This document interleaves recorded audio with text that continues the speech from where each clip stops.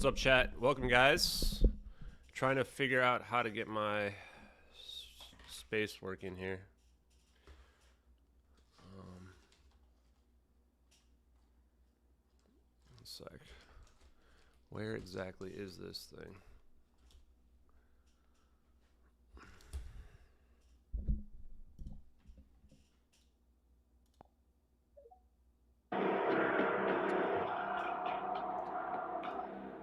I was able to find direct eyewitnesses and corroborate that did happen. When individuals would target in on it with the optics, the way it was described, each of these hanging things, they were stiff, like they weren't moving.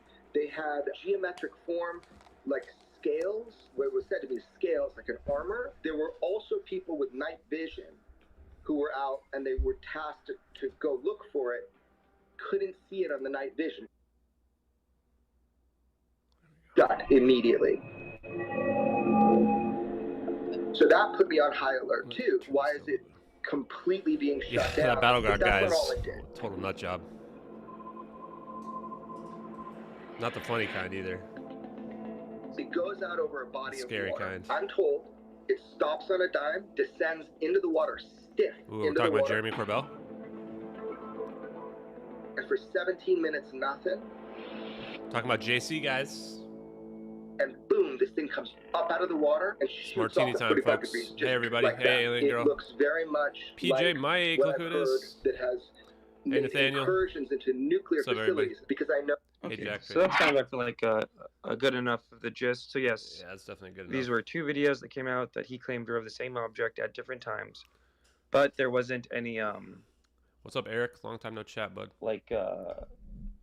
it's not like We're doing Skyfire News.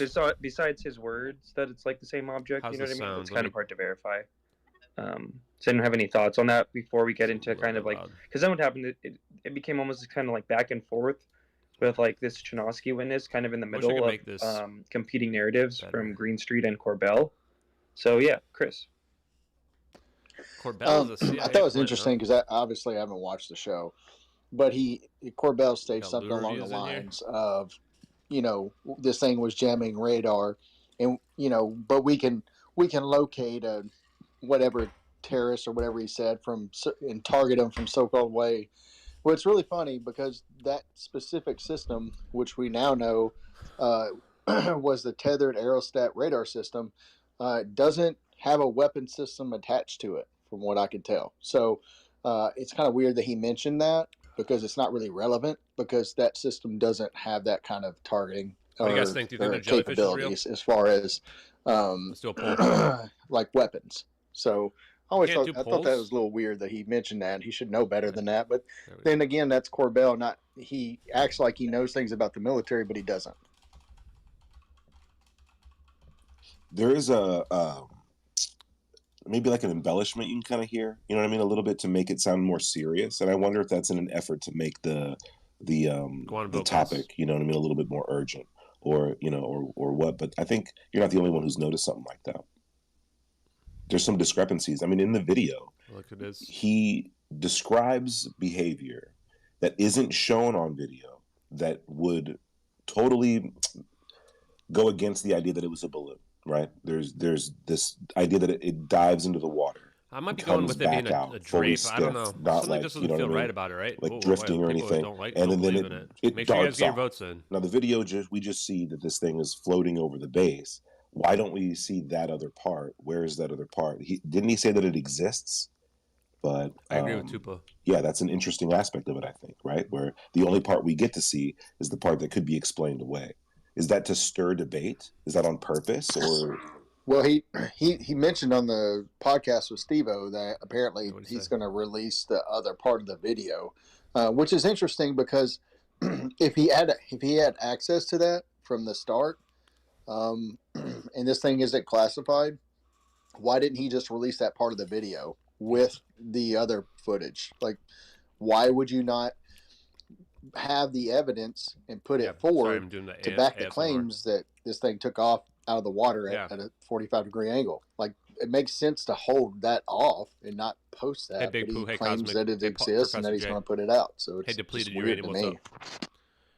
Yeah, if I could jump in, too. I agree with Chris on that. Like, that's the thing there's two things that stink to me about this, which is one, that this object is just floating, it's not really doing anything anomalous. Like, I think we can be a little bit more creative than balloon, personally. Like, I don't know, this isn't much more creative, but maybe it's like some kind of tarp or something that's floating with something stuck to it. I have no idea. But the other thing that bugs me about this is the way he's building it up like he's like Floyd Mayweather, right? Where it's like, okay, we're going to release this on this day, and then I'm not going to tell you about this other thing that would like verify it, but we'll release that in like 2 weeks or something. Like, he's like building up like maximum dramatic effect for it, right? Like, when you're an investigator, you should just be putting the information out there right away. And I don't know, the only two ways I can look at it. One is that he knows it's some kind of inside scam or something where it's not legit. The other way is that he is trying to like catch people in a trap, where he's trying to get people to say they debunked it and then go, oh no, here's this other footage. But I don't know, it just doesn't feel right to me. I don't know what to say. Like, the whole thing about it just odd. Yeah, I agree with Ashton there. I mean, if it, Chris and I agree. Especially the part where, why not just, it seems a bit deceptive. Like it almost seems like it's a backup plan for if it wasn't well taken. Like, what should I do now to mitigate this damage? Like, nobody's buying it. What should I do? Well, let's say there's another part of the video, and I'm going to release that. Like I said, it just seems very disingenuous. And I also think it's, you can make the case that this is part of his grift. This is how he does it. But that's just my stance on it personally. And everybody's entitled to make money, right? But at the same time, it's like, man, I don't know. It definitely feels like he's trying to build it up for maximum marketing value, or for, I don't know, is the next one going to be on TMZ as well? Do we have any information on that? I mean, maybe we'll all look stupid when he releases it and it shows some crazy thing in this, not balloon or whatever it is flying off into space. If it does, then I guess I'll be the first one to be like, okay, maybe Jeremy Corbell's right.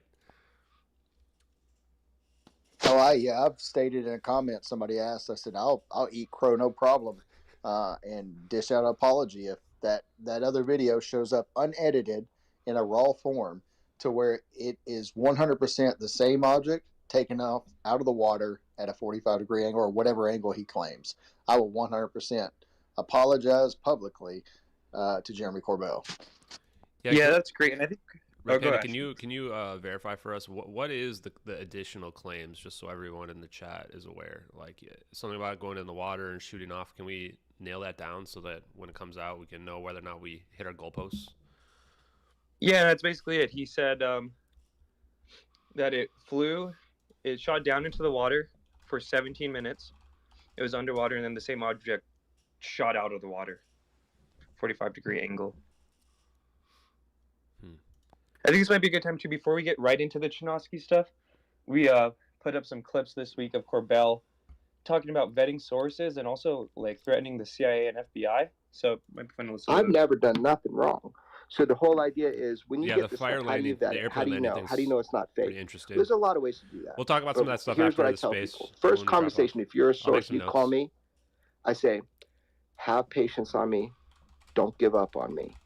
I'm on cosmic time, not on your time. Seriously. And I develop relationships over years with people. I then do my own vetting through my own sources, not through who sources give me sources. And then I bring it to George Knapp when I feel it's a good case. And he does his own process through his own contacts that he's made for over 40 years. If I put something out, you can bet your fucking ass that it is legit and that it is worth putting out to the public for debate.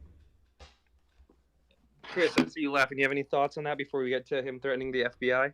You gotta be careful where you put this First of all, sorry, that's my dog. First of all, going out and having the balls to sit there and make threats to government agencies I don't want to put this too is close an to my invitation, open invitation to say, come investigate me. This magnet is extremely heavy and I honestly, powerful. Maybe he's just got a big head because he's been on other platforms like Joe Rogan and TMZ and all that stuff. That is a very foolish statement to make, and especially on the back of when Sue Goff has stated that, unauthorized disclosure of certain things, could lead to investigations. So that's a really bold statement. And let's listen to the FBI thing real quick. let's listen to that one real quick. That not calling a question I can feel the the magnets credibility pulling, of even I mean, this you far know the apart. source. You're just not going to share the source. So, but it's not a source. See, that's the, what I'm saying is, it takes usually about 3 times for me to get a product, right? Like a military filmed video. Then what I do is through my own channels, not through connections that sources give me. I mean, I have sources in the.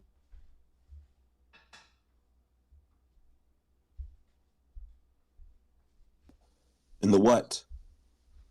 No, I'm playing. Red. Did Red cut out for anybody else? Yes. Okay, cool. We're all on the edge of our seat. The rest of that clip is actually really interesting. That was one of the best interviews. Steve O's wild ride. Yeah, I had to keep those magnets super far away from one another. They're wild, man. Yeah, those magnets do not mess around, man. I put them like a foot apart on the counter, and they pulled at each other, and the one magnet just broke. They hit each other so hard. I was like, holy crap.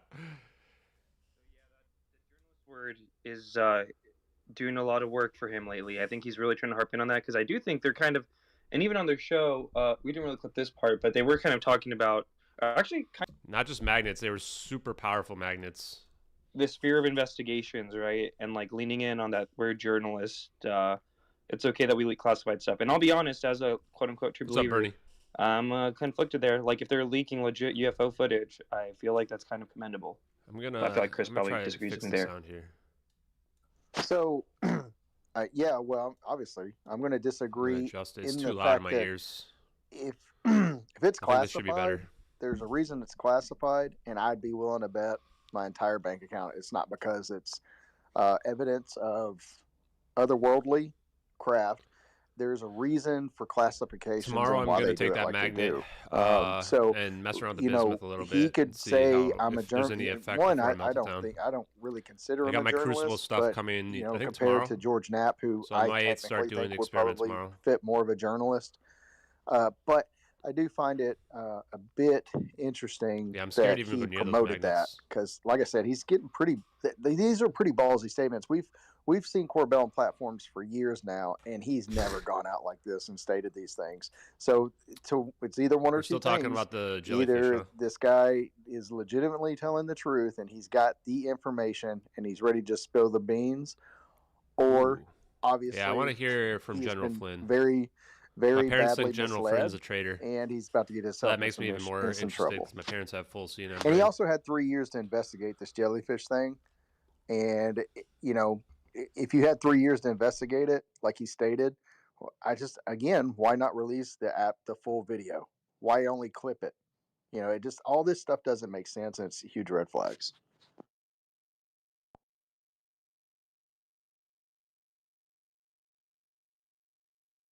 Ashton? Well, yeah, I can hear Ashton. I don't know if you guys can, but yeah, it's kind of red flags. Oh, you can? No, I can't hear him. Okay. But what do you guys think about the fact that other jellyfish type objects have been filmed that are somewhat anomalous? Do you think that is there any connection there? Is it always balloons? Have you ever seen a video that has come out that resembles some type of weird creature or something like that in the sky? There's a ton of them floating around. We covered a little bit of it, but these have been going around since like the 90s. And you got to wonder, like, what are these things? Is there any truth to the overall term? Is Corbell maybe piggybacking on that term, or is it all muted? That's why.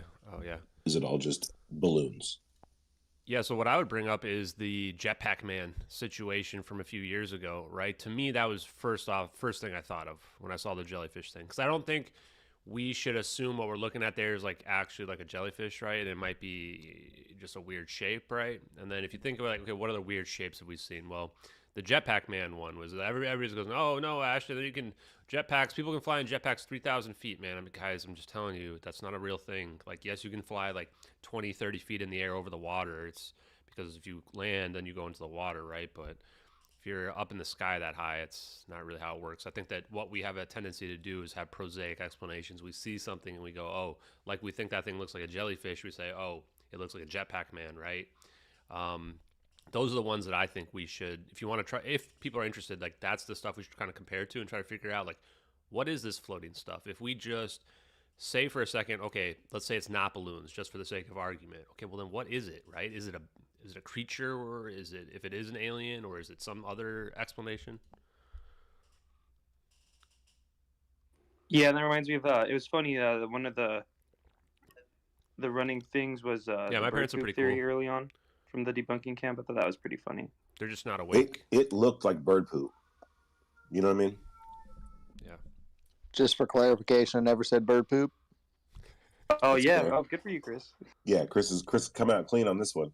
When the theory was presented, okay, that it looked like bird poop, my mind wanted to immediately just register it. Yeah, the Bruja, the Mexican. Because you want to dismiss maybe, you know what I mean, some of these like things that you're seeing that don't make any sense.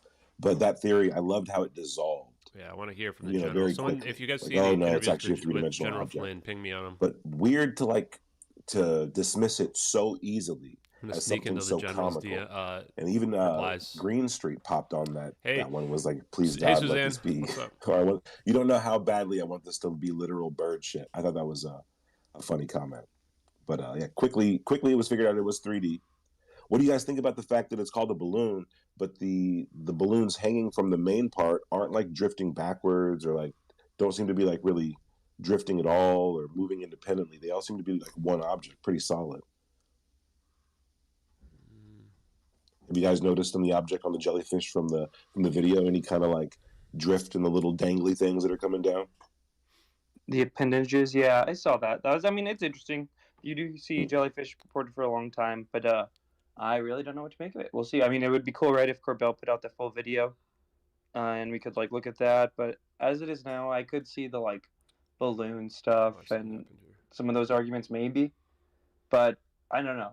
It might be good to kind of go into like the stuff that happened with Chinoski afterwards. So basically, this guy Michael Chinoski, he was stationed at the base where this was filmed after the fact was filmed. I think he got there in like December, and this was filmed in November or something like that. It was fairly shortly after, and he said it was the talk of the town. He left a comment on a YouTube video, maybe News Nation or something like that. And then basically Stephen Greenstreet reaches out to him, talks to him. His takeaway from that interaction was that see, that's the difference between this tragedy. Chinoski thought it was debunked. I don't care. I like stuff. Chinoski thought it was kind of like prosaic, basically. He said when asked if he had to choose between the object being something alien or prosaic, Chinoski replied the latter. And then so Greenstreet kind of did run with that, right? And then it seems like I guess we should just listen to him talk on News Nation before we hear him talk to Corbell, where he kind of talks about how he feels like he was. It's almost kind of ironic. I could have just the video somewhere. He was telling Corbell that he kind of felt. Corbell, like, what would be a good way of saying this? Like narrative controlled, I guess. Well, I mean, Greenstreet. I think so. I mean, really, Greenstreet has his own angle of the story, right? And that's, I mean, he wears that on his sleeve. It's not really hidden. And the way he phrased it, I think, was when asked if he thought this was alien or prosaic, he said the latter. Like, he said prosaic. But I mean, if those are the only two options you're asking me to say, you know what I mean? In an article I know that's going to come out on the New York Post or something, I'm going to be like, okay, definitely, probably prosaic. You know what I mean? Probably not an alien. That's fair. That is kind of like a weird thing to set it up as. Like, do you think it's prosaic or do you think it's time traveling dino beaver? Yeah. And by the way, I'm going to print this. The thing about the there says it's totally debunked. Maybe. We can listen to Chinoski on News Nation. Everything's been debunked. Did you see the full 17 minutes? Yes. And so what else is there in the video that we haven't seen? Not a whole lot. All I can say about that is towards the end, it's going to be a letdown, I guarantee. It seemingly just continued off into the distance, and it got smaller and smaller. Whether that's because the sensor was zooming out or it was moving off into the distance, but it got. The thing about why it's not a balloon is a balloon would be increasing height, right? It's not going to be going horizontally. It dropped into the water, or it just continued over the lake. Because there's a lake next door of the base. That's why it's got to have some weight to it. But at no point towards the end of the video did it, where you could see it drop into the water and then shoot off into the sky like there have been some. Dr. Dean Radin. That never happened. Did you think when you watched it for the first time that like it could be, is that someone DMing me, or is that him? It crossed my mind. It's definitely not me. Because the theories that we had like I said, didn't really fully explain it. And so naturally, I think our human minds or curiosity kind of goes there and is like, you know, is this something extraterrestrial or extra dimensional or paranormal or whatever? I like Chris a lot, but his community is like the worst. And it didn't seem to be. It's like one step below posturing to threaten us. Luanon is at all, so it wasn't like we needed to take immediate action against it. So, yeah, we've created new. I think it was handled in the best way possible. Like I said, it kind of just ended up being kind of like the ghost story. The Luanon memes of the base. Okay, so we can stop there. That's interesting. He kind of says, I think he said basically right there too that shooting out of the water thing. He said that didn't happen, or at least that wasn't on film. And have any thoughts on that before we kind of get into what he told Corbell about kind of how his statements were maybe mischaracterized? Yeah, well, I want to describe who Chinoski is, right? So, did we break down who he is and why it's important? And that he wasn't there when it happened. Amanda here? He just happened to be stationed at that same base later, and he heard about the stories and saw, like, I think he was saying what he saw there, but yeah, he actually was not there. Well, he stated he was part of a crew that replaced. I would think the trajectory previous would be less group stable if it's who were stationed there. That's normal. Yeah, maybe it's just pyromania so VFX. he came in. Changed all the pixels he heard about the story. They had talked about it. He stated that, and it was the ghost story on the joint operations base there. So, but that's how it worked. He wasn't there. He just saw it. He saw the video on we got someone overlay one of this the over the drives, and I think he's even stated he had it saved on his workstation. Yeah, the thing I would jump in and say is that right away was a red flag where he says he saw it and it doesn't seem that he saw the whole video, right? And he didn't see anything that wild. Like, that's what I'm afraid of with Corbell. Like, he's building something up to be hyped up and then it's going to be a letdown. But now to play devil's advocate, what I'd say is it doesn't look like balloons, because balloons I would expect to be rising or kind of blowing more erratically, right? If you would think about like a balloon in the air, you're generally not going to see that like low altitude or like low to the ground like that moving horizontally. That's the only thing that seems weird, and like there has to be some weight to it, I feel like. So has it ever been said how low to the ground it was? That's the thing, is like if you watch the video and you know it's taken from that tethered reconnaissance system, and it's moving around. Is this a form of parallax? Green room right now. I'm just putting it out there, where it obviously it makes the object look like it's moving faster than it is because the system recording it is also moving in a different direction. I think the system recording it was from a balloon. Yeah, it was a tethered balloon. Yeah, wait, right. Recording it was from a balloon? What's that? Just so I missed it. I think you explained this earlier, but so the system recording is also on a balloon. Is that true, or what? Yeah. So the system that it's recording from is called the Tethered Aerostat Radar System, or TARS. That's what I believe that Chinoski stated. So one that doesn't carry any kind of munitions, but it's tethered.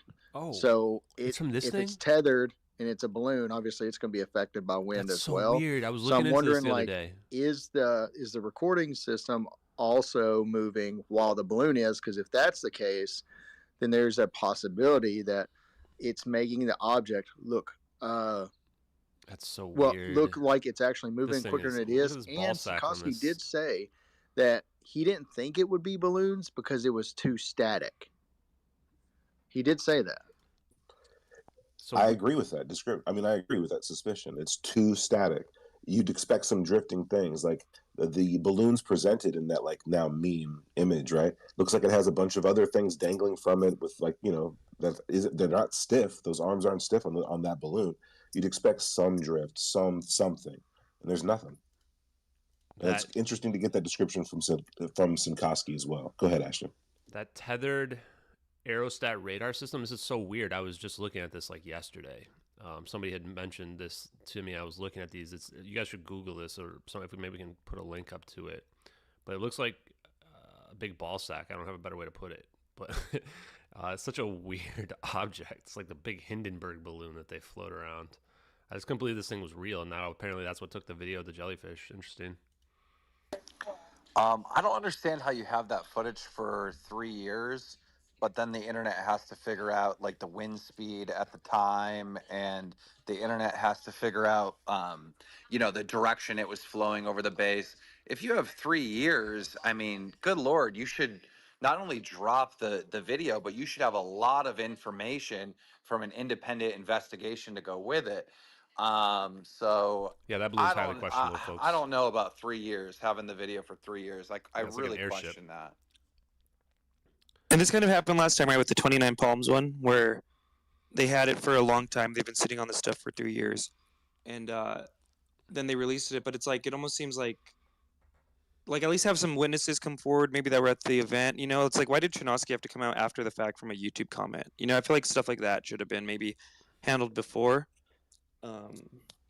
Yeah, any other thoughts on this? He brushes it off with cosmic time. I don't think Keem heard that before, but it's like, cosmic time? Come on. Was that not a quote? That is a quote. That's a direct quote. I'm on cosmic time, not your time. I definitely seen that, and I did laugh. I mean, it is what it is. Everyone's different. Everyone's got a different way of saying things. I don't want to beat them up, too much on, stuff like that. But when I see something come out and you've had it for 3 years, I just expect way more information on it. And unfortunately, it's kind of up to the internet, and it's up to all these independent, researchers all online. And that's why that post from Greenwald was so good. I'm not sure if anyone's seen it, but he put out a big post saying, within like 72 hours, we got all this information on this because everyone has been working together and investigating the UFO jellyfish. There needs to be more collaboration. But I'm just, again, at the same time, I feel like Corbell should have had everything. Like, he should have came out with, this is what we know about this. This is what we know. This was the wind speed. This was the direction it was going. Fake. It's I don't like how these things are being released, and I question if they're really being investigated as much as Corbell says. Yeah, I feel like he's overhyping how much work he put into it as well, right? Just because of what you said. Like, he didn't find anybody who was there, anybody who'd corroborate it. He didn't look to see what the wind speed was. Like, there's so much stuff you could investigate to give corroborated evidence, but it's like, just puts it out there. Here you go, internet, and I'm going to build it up and hype it up as much as possible as well. And also, I have stuff that's not in it. Imagine if Ashton or even Chris were releasing this footage to the world.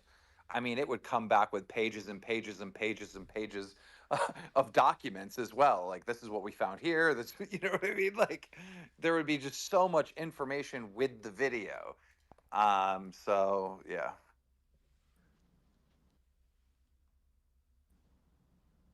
Yeah, it's pretty interesting. 3 years, and that's where the argument for collaboration from both sides of the aisle makes the most sense.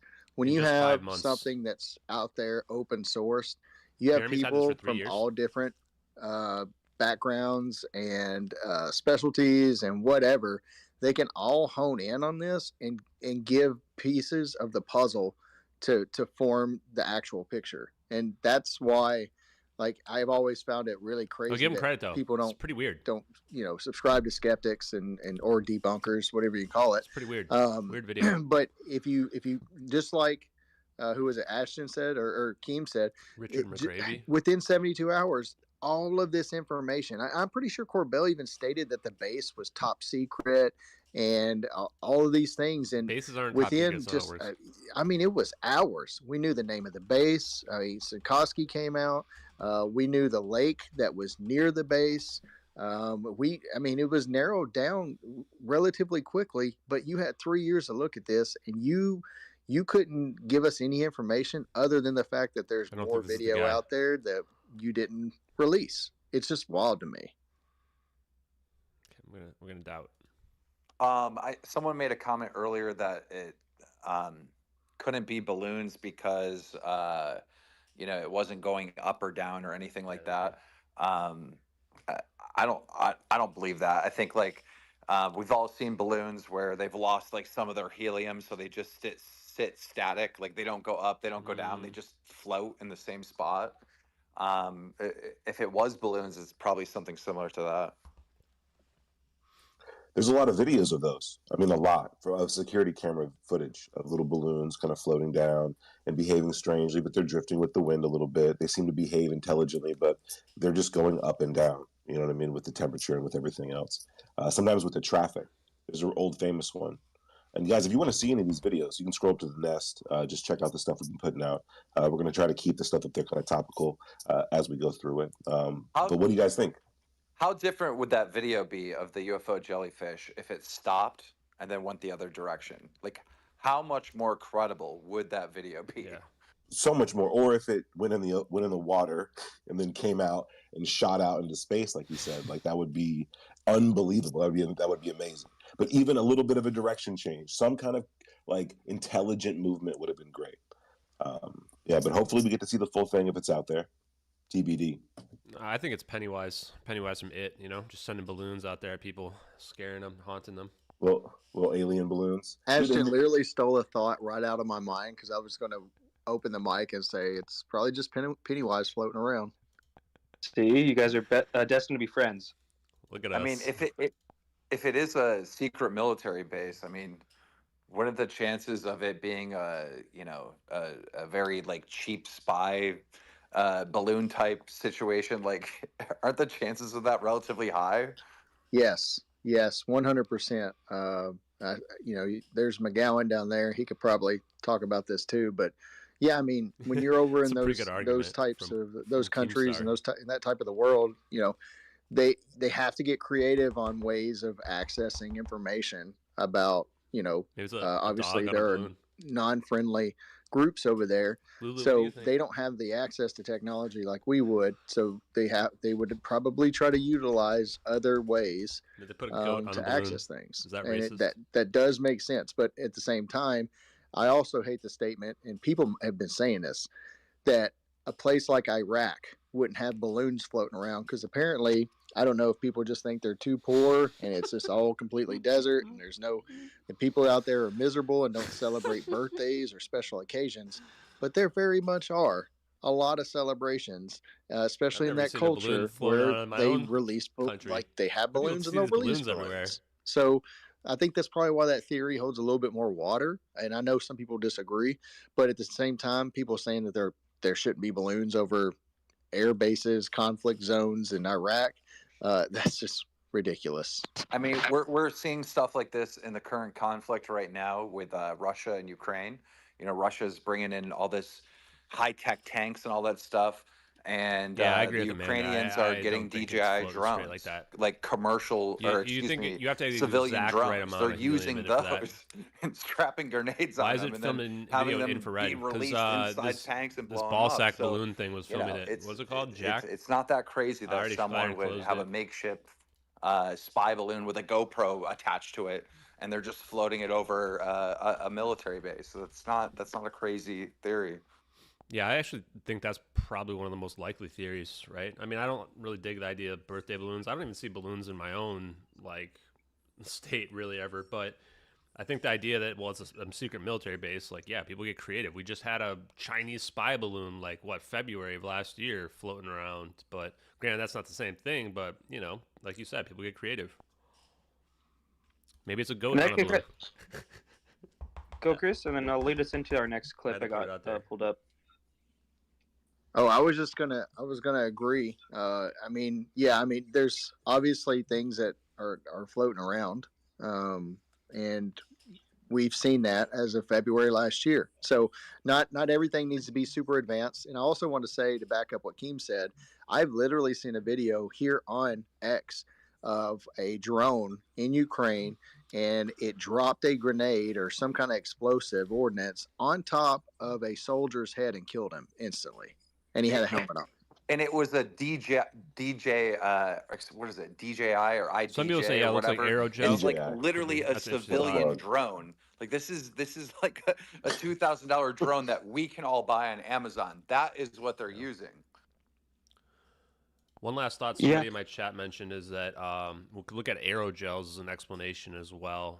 Those have been kind of floating around the scientific community recently, which is like this, I'm going to call it a metamaterial, although I don't think it qualifies technically, but like they're able to suck out like the innards of this foam basically and fill it with like a light substance so that it essentially is light as air. So that could be an explanation as well, theoretically. Well, a lighter than air structural thing would definitely explain what we're seeing there, right?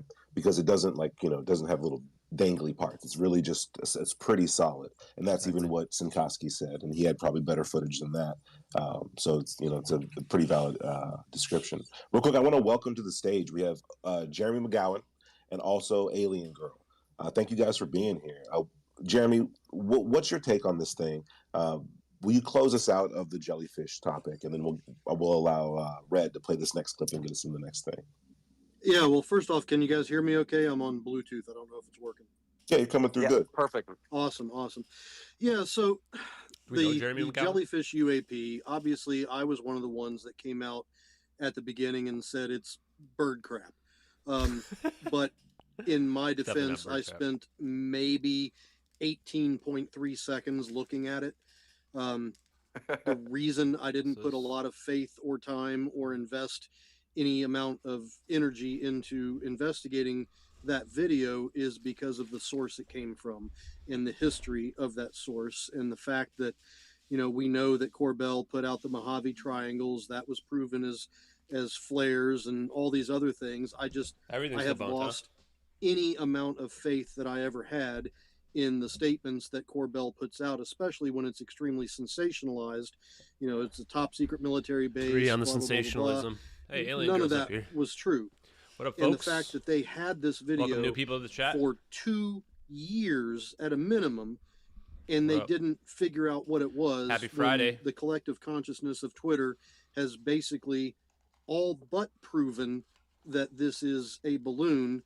Just reinforces the fact that I don't think we've proven it's a balloon. Spending a significant amount of energy on looking at that. So my first we've speculated. Check, it looks like a bird crapped on the viewfinder, or on the lens Definitely cover. Not bird crap. That turned out to be not correct, because when you look at the video, especially the still images that were pieced together, you can actually see a 3-dimensional object in there. That said, I do subscribe to the balloon theory. Helium balloons that have lost some of their helium will become what we call neutrally buoyant. It is possible that it is a handcrafted spying device with a GoPro or something similarly low tech on it. I know when I was in the Middle East, that's to me what's most likely now. Over there for low tech spying device. I just don't know what it is. I've had firsthand experience chasing. I think that Corbell's going to let us down with the handful of balloons that had been tied together. That somebody had affixed a old Sony Ericsson cell phone that had one of the first iterations of a video camera on it, and flew it over Khobar Towers in Saudi Arabia. There you go. I mean, why is an interdimensional creature not miles and miles until it was downed naturally? Pretty high bar. Recover the phone and take pretty it back low bar to, for proof Air of Force interdimensional creatures. So it's not doing anything interdimensional. That does happen. In this situation, I am less believing of that and more thinking that it was the I think it was the El-Id celebrations and such that were roughly timed in the same same capture period.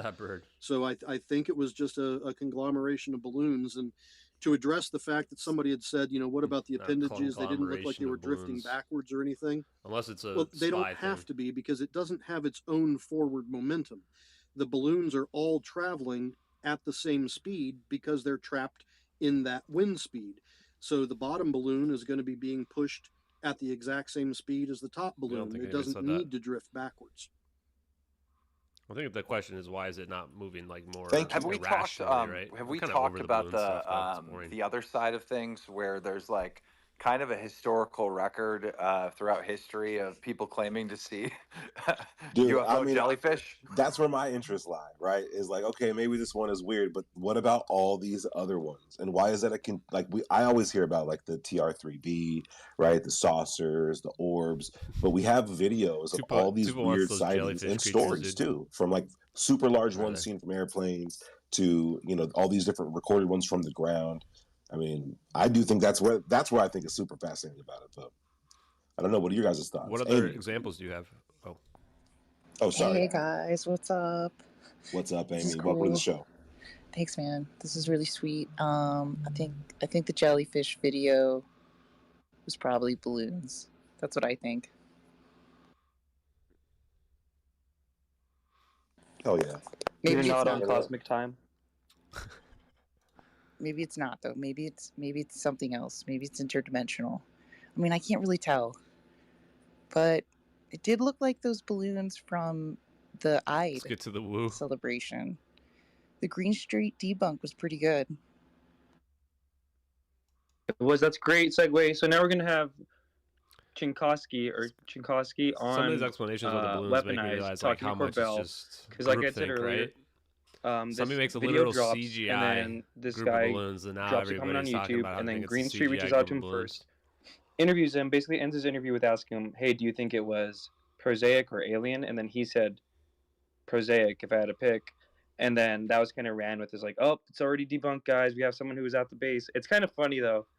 Like, you got to be honest. Some people are like, "Oh yeah, hell yeah, Chinoski, hell yeah." And then as soon as like this clip comes out where he's like, "I was kind of forced to take a position," then it's like, actually, that guy's not credible anymore. He's not a credible person. But let's just listen to him. That's good. I mean, I know that I think the first interview that most people saw was conducted by the New York Post. We saw that, and we were kind of surprised by the angle that was taken. Alien? Can you walk us through that? What you said, and then what versus what was reported? So the biggest thing I think that was kind of mouth is I really wanted to take the approach of I'm kind of 50-50 between, you know, this there could be a logical explanation, but I was kind of forced to take a position, and I didn't want to, and that was kind of illustrated. Well, what do you mean you were forced to take a position? You told me that first thing, and we recorded that conversation. I asked you, can I record? And you said that you were being kind of forced into a position, you know, of like a debunk kind of thing. I think it was the New York Post. You said, what was the misquote? What was the kind of pressure you were put under to take a position? I think specifically, it was that New York Post. He had asked me, he was like, "Do you think it's alien or do you think it's more prosaic?" And I was, with the information that I have, and with my background being an intelligence analyst, right? With all that information that I have, I went with, I'm leaning more towards it's more prosaic. You're right. It's unexplainable at the moment. It could be probably logically explained, but that is not my official position. The difference is you got to prove I want to talk with you about prove it. Just we can't the just facts. What it like is you saw, what it is you know. We got to do better. But I guess my question is, got to do better than that. You kind of conveyed to me, were you pressured by the New York Post to like flipping? Were they trying to get you just to debunk it right out the gate? I didn't feel pressured during the interview. It was more of just kind of more of a friendly question, like, "Oh, what do you think?" And I was like, "Well, I kind of think this." But afterwards, when it was written about and shared to an audience, it made it sound more so that is my position, and that's not necessarily true. So yeah, pretty interesting stuff, and it's something I think probably a lot of the speakers here could kind of empathize with, right? You kind of get, because he kind of was kind of thrust into the community, right? And then before you know it, you have all these different sides trying to like pull you and push you towards certain narratives, and it's pretty meta. I feel like even within that speech, right? This poor guy, Loki, I feel like both people kind of used him to their narrative, Green Street and Corbell. But it's funny that like Corbell's like really digging for like the zinger on Green Street. I also find it funny when people are like, "I think it was the New York Post." Maybe it's like, bro, you know it was the New York Post. You know it was Green Street. Why are you trying to act like you don't know? But yeah, any thoughts? He was like, you know, he was distancing himself from that dude for real. It is a tug of war. Chinoski popped up on a YouTube comment, right? And then within hours, Green Street had reached out to him, got a comment from him, and posted right away. You know what I mean? It immediately started this like tug of war between this like so-called witness, who was just a person who was there, who saw the video. Like, very interesting. And then everything they said, from one side to the other, everyone was like weighing a whole argument on it. It's very weird. There are people just thrust into the community though, who come out. Is this an example of like treating a so-called whistleblower or a witness? Like, if you're in his shoes, how do you take that? Are you enjoying your experience so far, or are you like, I don't know if I'm going to want to talk more about this stuff? You got to be careful because everything you say is going to be under a microscope, right? 100%. And I also think like I stated earlier on Lou's podcast, I think Chinoski is a genuine dude, and I think he gave his honest speculation or opinion on what he saw via a video. And do I think that Green Street reached out to have him debunk claims? I don't. It's hard to tell that because if you actually read his transcript that he put out, Grox got full CNN brain. To Green Street, you got to look at it like from his standpoint. He's only going to think it's either aliens or it's not, right? Or it's simply explainable. There is no options of or like NHI, interdimensional, whatever the gamma of explanations that's not alien. That's not what Green Street his beliefs are. Well, it's either ours or it's not, which would be aliens. That's what I get from that. And it's really, and I posted about this, I really think that Corbell tried so hard to get this guy who's been genuine, and even Green Street to this day still states that despite Chinoski changing his story a little bit, he still puts out there that he thinks he's just a genuine dude and he was just talking about his experience, and and Corbell possibly persuaded him to might change it a little bit because of what Corbell claims that he has from sources. And so that would make somebody trying to remember something from a few years back think, well, shit, maybe there was something, you know what I mean? So I don't think it was ill intention on Green Street, but it's obvious that in that clip, you can tell Corbell's trying to do a gotcha moment, which I posted a post where it puts that clip that goes a little further, where Corbell's bragging about bad actors and all that. But then he does the same thing and tries to convince Chinoski what he just explained as something being a little more prosaic and an explanation about the infrared. Corbell's like, well, so comparing notes, I've talked to these sources and who are experts, and they say this, and you could see in real time Corbell's trying to convince him, maybe it is more alien or whatever you want to call it. Huh? And so Corbell literally becomes a hypocrite because he does exactly real time on that podcast what he claims Green Street was trying to do. Your babble is impressive. Yeah, I thought that too. It was very meta, right? He's like, I feel everyone was honestly trying to persuade that dude and low-key manipulate them to fit their narrative the best. I think some people do it more overtly than others, but yeah, I kind of feel bad for people like that that just are kind of excited. He was excited to talk about it first, and now I feel like he's not like, normal explosion, man. I don't like how we don't get to see these two people interact, right? Where's the show where we have a neutral host and we got Corbell on there and we got Green Street and they can talk about jellyfish or balloons? Like, I want that convo. I think everybody wants that convo, right?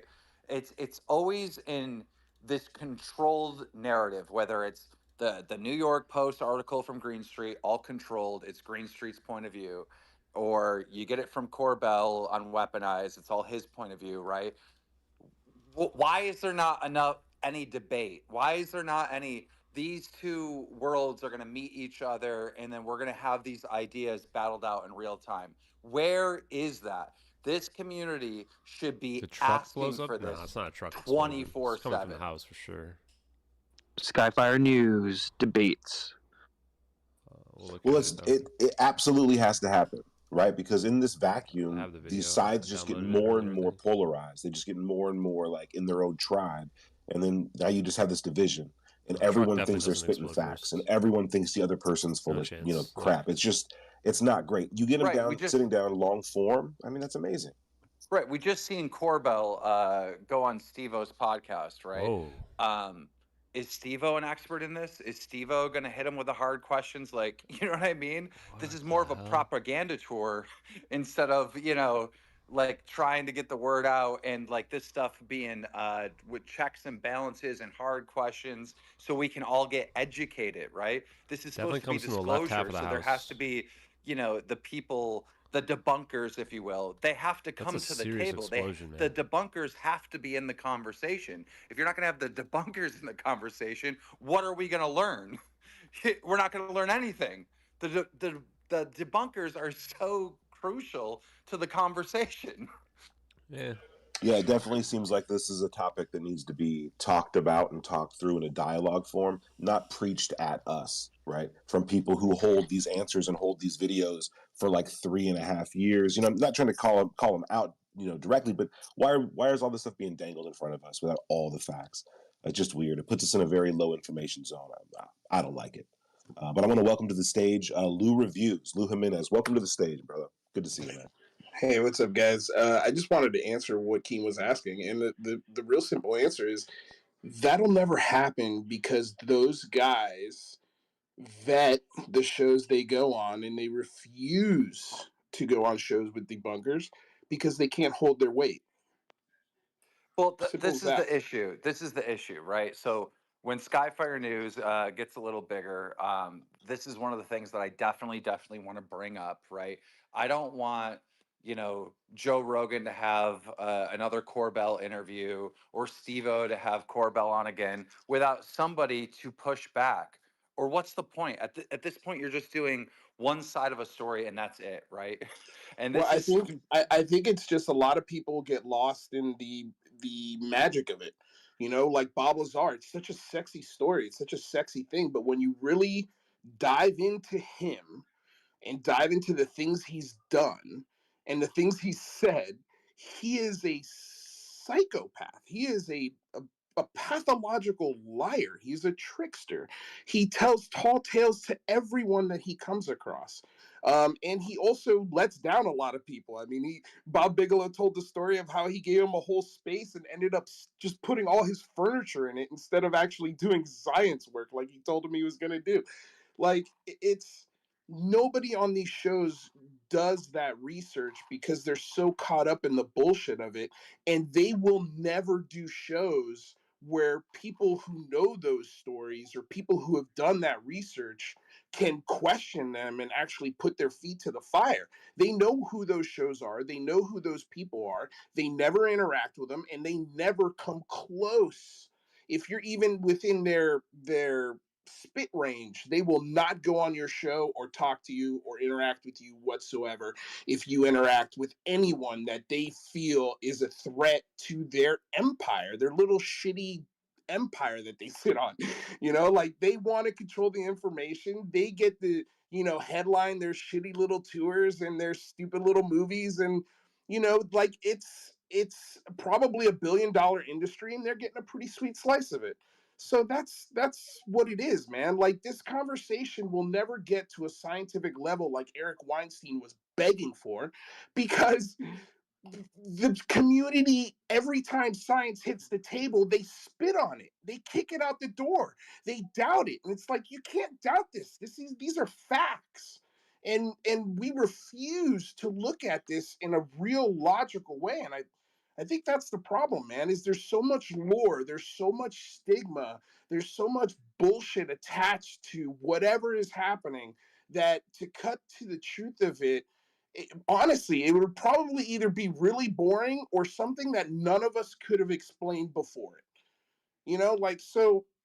You're the perfect example of that, Lou, because, right, they only go on shows that they get softball questions. I was just going to bring this up. The second you do, it's like, it's not even just like, don't go on that show anymore. It's like all out attack. So yeah, it probably is wishful thinking, but I think it could happen still. There's some good debates that need to happen. And Keem, real quick, for a little bit of background on Lou. Lou was from the Believer camp, like, Elizondo, all of them. And I know you'd asked Darren Reed that one time, who was in here just a second ago, sell me the idea of why I should believe in Lou Elizondo. Well, Lou reviews here, Jimenez, he was in that camp, and he obviously saw things and red flags. And the most in that camp went on his show more than anyone else. The most groomed, even if you want to say he's a counter intel dude. I don't know. I feel like that's an appropriate word. Yeah, I mean, dude, guys, I don't think it was groomed. It was just pure chance, man. Like, meeting him and being able to sort of fucking. He knew how to charm you to Well, he knows how to charm everyone. Yeah. He's a charmer. He's a nice guy. He's gullible. He's you know, he's like, he's fun. He's a chum. So like, yeah, anyone who, and he's a veteran. That's what they get you with, is they hit you with, hey, I'm a veteran, but I'm also your buddy. And you're in this club just as long as you say the things that we want you to say or repeat. You know, like they never had to ask me, hey, can you say this? Or hey, can you do this? It was more like, I would listen to what they're saying, and I would then formulate what I would say on my show. Well, that's how they kind of do it, though, right? Like, yeah, make sure you guys hit not that to get like too into the weeds so with the that Felon 5 thing, right? Like, you get that text before you know you're asking. So that we can get more people in the community, more people following, more people paying attention to the on the MH370 stuff, etc. Got close to these guys and did a complete 180 on them. Jeremy McGowan was yelling at me a year before Which one's Jeremy McGowan? This guy? Was able, because look, McGowan would tell me all these things and I would go, bro, like there's no proof of this. Like this is what you're telling me, but I don't know. I wasn't there. Like it's not that I don't believe you. I have to see it for myself. Right. And it took 7 interviews and 2 years of interacting with him and seeing how he operates before you could see who this guy really is. And he's just full of shit. He's just lying. And it's weird. And the things and the people he interacts with and the people he follows on Twitter, like, it's just weird. Like, why would a government employee act like this? And someone who's flirted with the idea of running for office, like, it's absolutely wild. Like, and me and McGowan got into just the craziest arguments. Like, we wouldn't talk to each other for almost a year until all this shit went down. And then, you know, obviously we were like, oh yeah, sorry, man, I was wrong. Like, we're gonna push back. I see it now. We're about to push back. Same thing happened to Stephen yeah, I think Jeremy Reese needs to chill out a little bit, though, man. Like, all He's of us like were on in, like, because we mission were to all make enemies out of everybody. interested. We were all like curious, but except for none me, of us want to look like dickheads at the end of the day, and none of us are willing to because he knows that I'm interested in the science. Our souls for shitty UFO fame. Like, it's it's not that important to us. You know what's really strange to me, and we're getting way off topic here, and I'd like to stick to the news because this is like the last week, right, update. But it's really interesting to me with, you know, this type of community where everybody doesn't know who to trust and everyone's skeptic of everything, and oh, you're a CIA agent and you're this and you're that. They're also incredibly gullible and will just trust anything. Like, when people tell me stuff, I'm like, yeah, that sounds about right. And then I'll go vet it, right? Then I'll do a little bit of research. Like, okay, did this really happen? Did that person really say this? Okay. You know what I mean? You can trust someone, you can believe someone at face value, but then you actually have to be a responsible adult and do a little work. Maybe to a just, little mature like, at times, but you know, research to just confirm that you're probably right. You know, you have to do that. Well, I think for a lot of people that are really like me, like that are really attached to this issue, they've had or have seen something, you know, possibly in their lifetime. You know, like, I've seen something weird, man. Like, it was fucking weird. Funny thing is, people ask me, I've never seen anything weird. Because I saw it, that's not proof. That's not evidence, you know? And flip it around. Yeah, man, like, I agree. Like, it's all people want is just straight answers. And I think the straighter we are with each other, the more we hold each other accountable to the things that we say, the better. And I love that the internet is the murder board for Jeremy Corbell's bullshit, because I think people are starting to see through it. Like, there's only so many of these that you can do. You know, there's only so much goodwill and cool movies and watches and haircuts that you can put on before people are like, you know what? Fuck you. Like, this is always bullshit. These videos are always blurry. There's always some, like you said, 3-year investigation where nothing comes of it and it's debunked in fucking 2 minutes on the internet. Like, it's a mess out there. Even though I'm criticizing it, I want to be, you know, perfectly clear here. Like, I'm not anti-Corbell. I'm not anti-Greenstreet. I'm not anti-Lou. I'm not anti-Stephen Greer. I'm not anti any of these guys, right? I want them to release more stuff. I want them to talk more. I want them to investigate more stuff and get more stuff out. You know, the more information we have, the better. So, you know, that's the other thing. There's a lot of like, oh, that guy's bad. Never trust anything he does or says ever again. who knows? Maybe someone's making mistakes, right? Maybe they're flat out wrong on 2 things. From the third thing, they have the smoking gun, but no one even pays attention to find out if it's legit or not. You know, so it's like everything has to be researched and looked at. In my opinion. If I could jump in, because I want to play a little bit devil's advocate, but also kind of support. One thing that I've said is I've never seen anything anomalous, but to me that doesn't mean that there can't be anomalous stuff out there. So like what I would say is, do we hold ourselves to the same level of scrutiny? Like when we say stuff like, oh, Jeremy Corbell doesn't go on certain kinds of shows, do we have proof of that? If we say stuff like, the stuff like about Bob Lazar, like do we have proof of that as well? And if our level of proof is that we have to see it for ourselves, can we ever really hope to obtain that level of proof? I would just ask that we be introspective on that sense as well, because I think that we have to kind of look at it halfway, right? And I'm not saying blindly believe stuff, but I'm also saying let's not also blindly believe our biases when we are saying that stuff's fake either, right? We should hold both sides to the same level of scrutiny, in my opinion. I mean, no offense, that's really nice to say, but when you propagate a fake wormhole story for months and months and months and months, when people and experts are telling you, look, man, this is bullshit, and you just refuse to look at the evidence, like, and by this time it's too late. Like, that information's out there. It's already dirtied the pool, so it's kind of tough to sit back and just be like, yeah, man, like, let me be which experts are those? Like, which experts are you talking about? Because the experts I've had on my podcast that are engineers from the Navy and the DoD and theoretical physicists, are the ones that say it's true.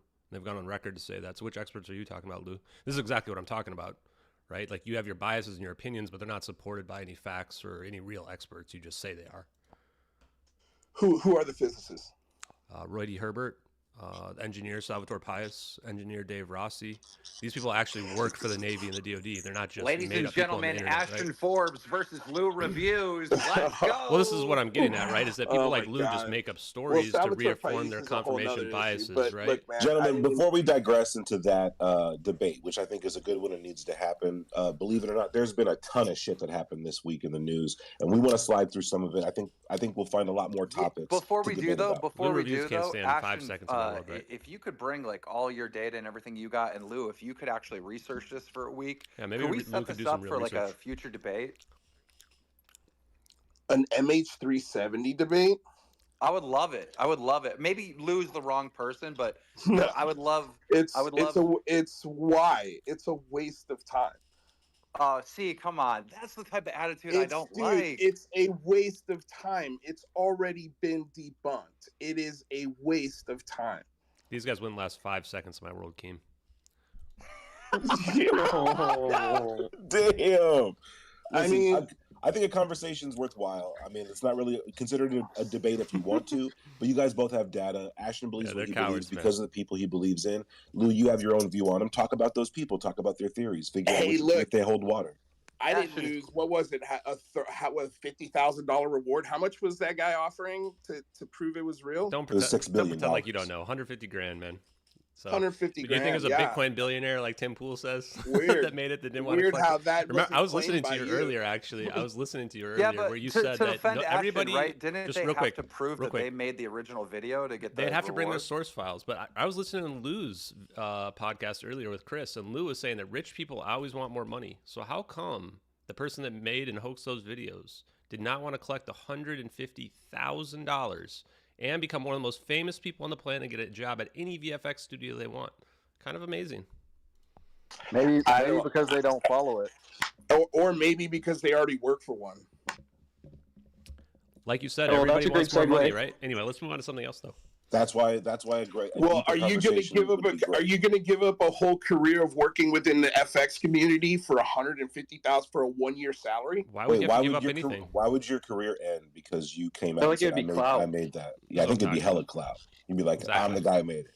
I don't know, man. I don't think people in the industry really give a shit about that kind of clout. This is the guy that literally was arguing like an hour ago that rich people need more money. Well, there's something else that you guys aren't considering. Imagine you being the person that created that video and you come out to collect a $150,000 reward for proving that it's fake. But now you're faced with being in the public And every single family member that lost somebody on that plane is going to come after your ass because you just drug them through a year of trouble and turmoil and emotional damage and all sorts of things because they are living on a hope that something out there means that their people are still alive. And now you've got to look those families in the face and tell them that you made a joke of the death of their relatives. But you don't, because literally nobody reached out to me. Not a single family member has. None of them have. So that's also bullshit. This idea that like it would hurt the families, like what I would ask anyone who thinks that, go watch the CNN clips with the families. They don't go, oh yeah, the plane crashed into the ocean. They go, no, this plane didn't crash in the ocean. Go watch the Netflix documentary where they say the debris was planted. They know the official narratives are a lie. This idea that like that's exactly what I'm saying. Though. They're living on hope. But they're hoping that because it didn't crash in the ocean, man. You got to wake up. Listen to what the families are telling you. Says that they faked the video. You remove that hope from these families that are praying that their people are still alive. Nobody has reached out to me around the videos, man. I've had hundreds of millions of views and gone on 60 podcasts. Not one of them is hanging their hope on those videos. I wish they were. I wish they would talk to me because then we could get on TV about it. Well, maybe that tells you something too. Maybe the families know it's bullshit as well.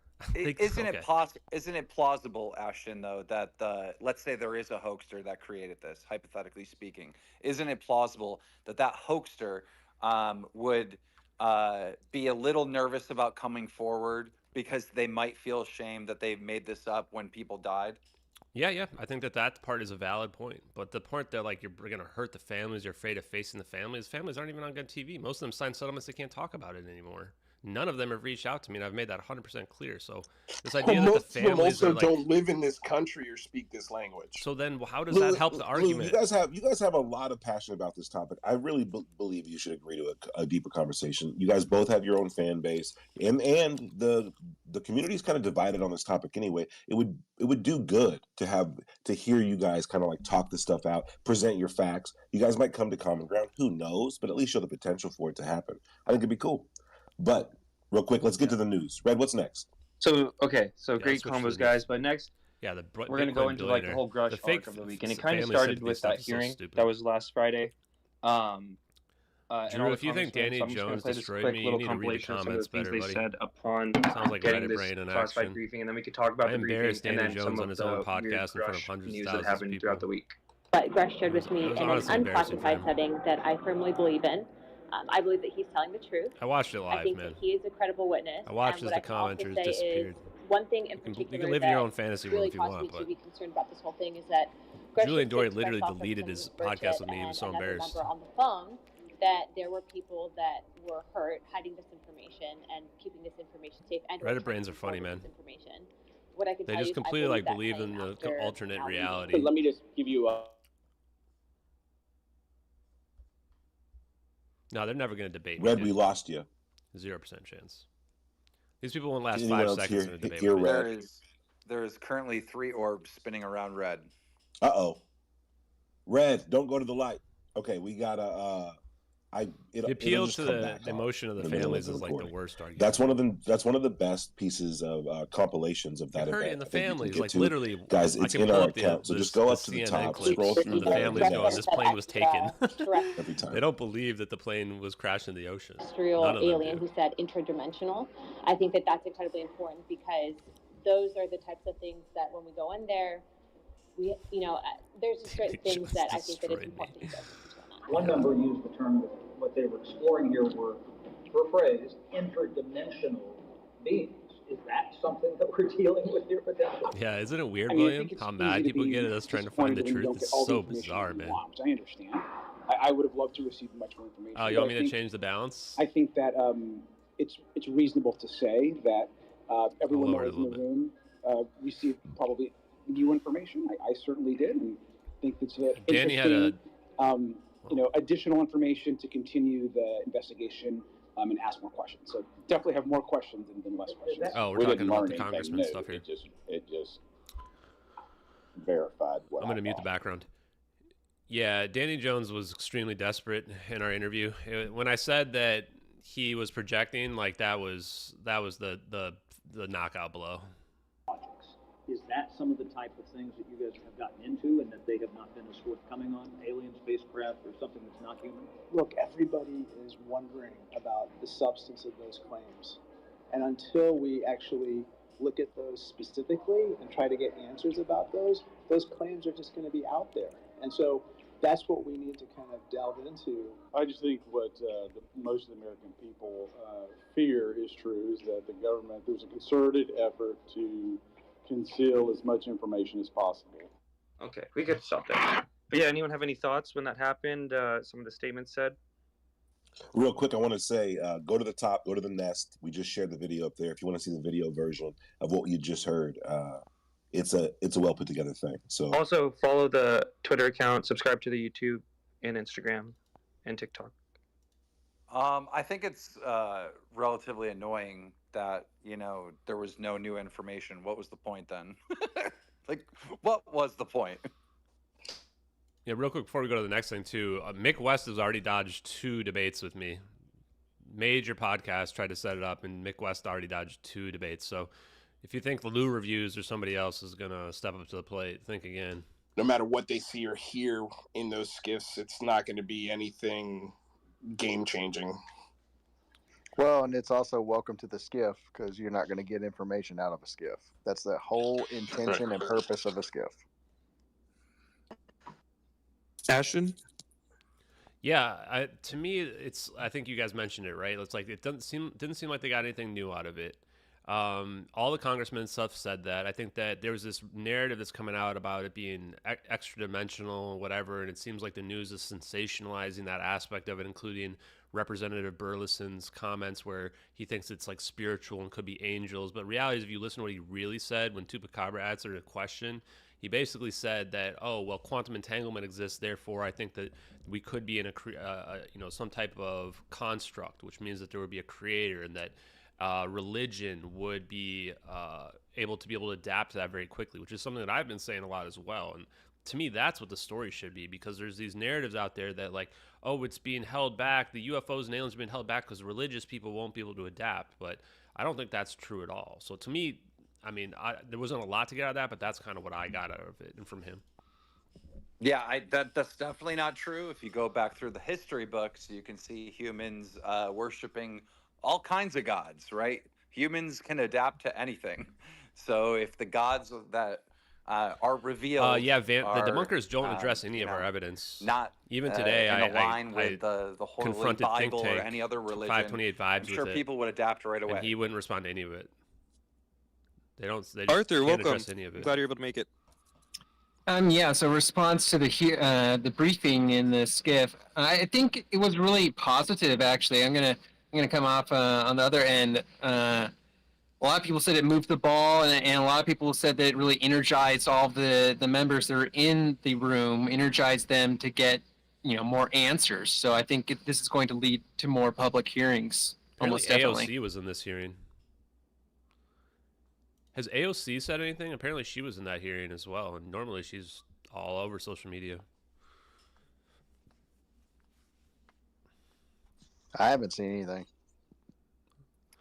Yeah, even if they couldn't reveal details, wouldn't they say, we definitely learned more information and leave it at that?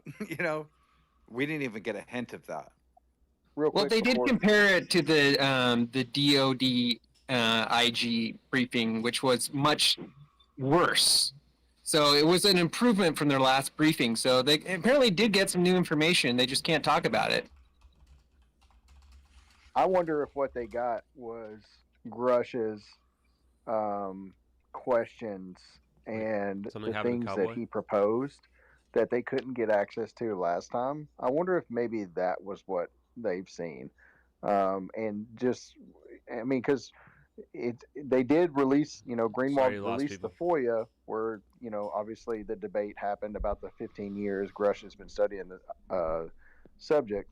So I wonder if maybe they saw like Grusch's statements and what he claims in the skiff. But I also think that the skiff was because who was involved, I didn't know who which she was even was at Mannheim, first. He kept saying AOC. the Inspector General's office, the intelligence community. Finally figured it out. I think their focus and their scope Alexandria, is fraud, waste, and abuse. So I think the funding, or with no oversight, is what the focus was, and that was what was presented on Monheim's behalf, because that plays into what supposedly Grusch reported, which led to his reprisals, which led to his ICIG complaint. So to me, that's probably what was discussed. And then they probably had access to the things that Grusch stated. So that's probably, and if you guys notice, like the representatives all kind of said different things. Like you had Luna talking about interdimensional beings. You had Burleson talking about, what he was suggesting about, religion and how that plays a part.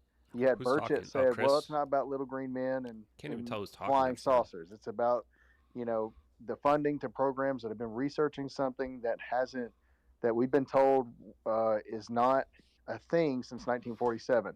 So you have all these different people coming out saying different things. My We're going to talk about some other stuff afterwards here. Would say they saw Grusch's statements. They had more access to what he turned in per the complaint, and then they went into the funding of special access programs. And that was the scope of the ICIG investigation. I think it was vague enough for everyone to apply their own worldview to it. Is kind of what I got to, because there was a whole bunch of different reactions. That's an interesting take, Jeremy. One of the things that's really bugging me though here is because a lot of people put so much weight on what a senator or a congressman says, just because they're a senator or a congressman. But their biggest accomplishment in life is being able to convince the electorate that they're worthy of holding a position and to elect them because they've promised them something or they've been less shitty than the next option. These people are no different than the shoe salesman down the corner or the barista that's giving you your coffee every morning. They're not special, they're not super educated, and they don't have any huge difference in worldview than the remainder part of the population. Their primary contribution, I guess you could say, is their ability to understand what the people are thinking and say what they want to hear. So keeping that in mind, we always have to be very cognizant that a senator and a congressman, their very first and foremost priority for the most part is their job security. So whatever the flavor of the day happens to be, that's how they're going to talk about things. That's how they're going to respond to things. And just because they were in a skiff and told information doesn't predicate the fact that they're going to be able to tell that information. So they're going to word it in a way that is vague enough to appeal to all sides of the people that are going to vote for them to maintain their next paycheck. Yeah, because it is election season this year. Yep, that's why Eric Weinstein's point is very valid. Go ahead, Ashton. Sorry. No, I was going to say that that's the feeling I got too, where even like Representative Burleson, like maybe he is doing these podcasts because he thinks, oh well, this will give me more exposure as well to this issue and get more information out there. And if he is, then come on, Hard Truths, Congressman, come on my podcast. But but to be honest with you though, like I think that what you said is huge, is that they're just normal people, right? And I can tell from Congressman Burleson where he's like, oh, okay, he understands this idea of quantum entanglement. And he's kind of at where I was at, honestly, like a couple of years ago, where I was going down the quantum entanglement stuff going, wow, yeah, there is something more to our universe, right? And that's what I liked about listening to what he thought there, because I had said, oh, well, take it a few steps further, and where does that lead you as well? With Burchett, I feel like he's a little bit more advanced on it, maybe a little bit more read in on it, on what there is that's going out there. Some of his comments were, it's not about aliens, it's not about crash retrievals, this is about the budget and the money that's being, withheld from us as well. So while I totally agree with you in the sense that some of them for sure are kind of just latching on from a popularity perspective, they're not any more knowledgeable than the general public is, there definitely are a few that have been kind of seeing this, and the ones who've been really involved with it know, a little bit more than we do, but probably not much more.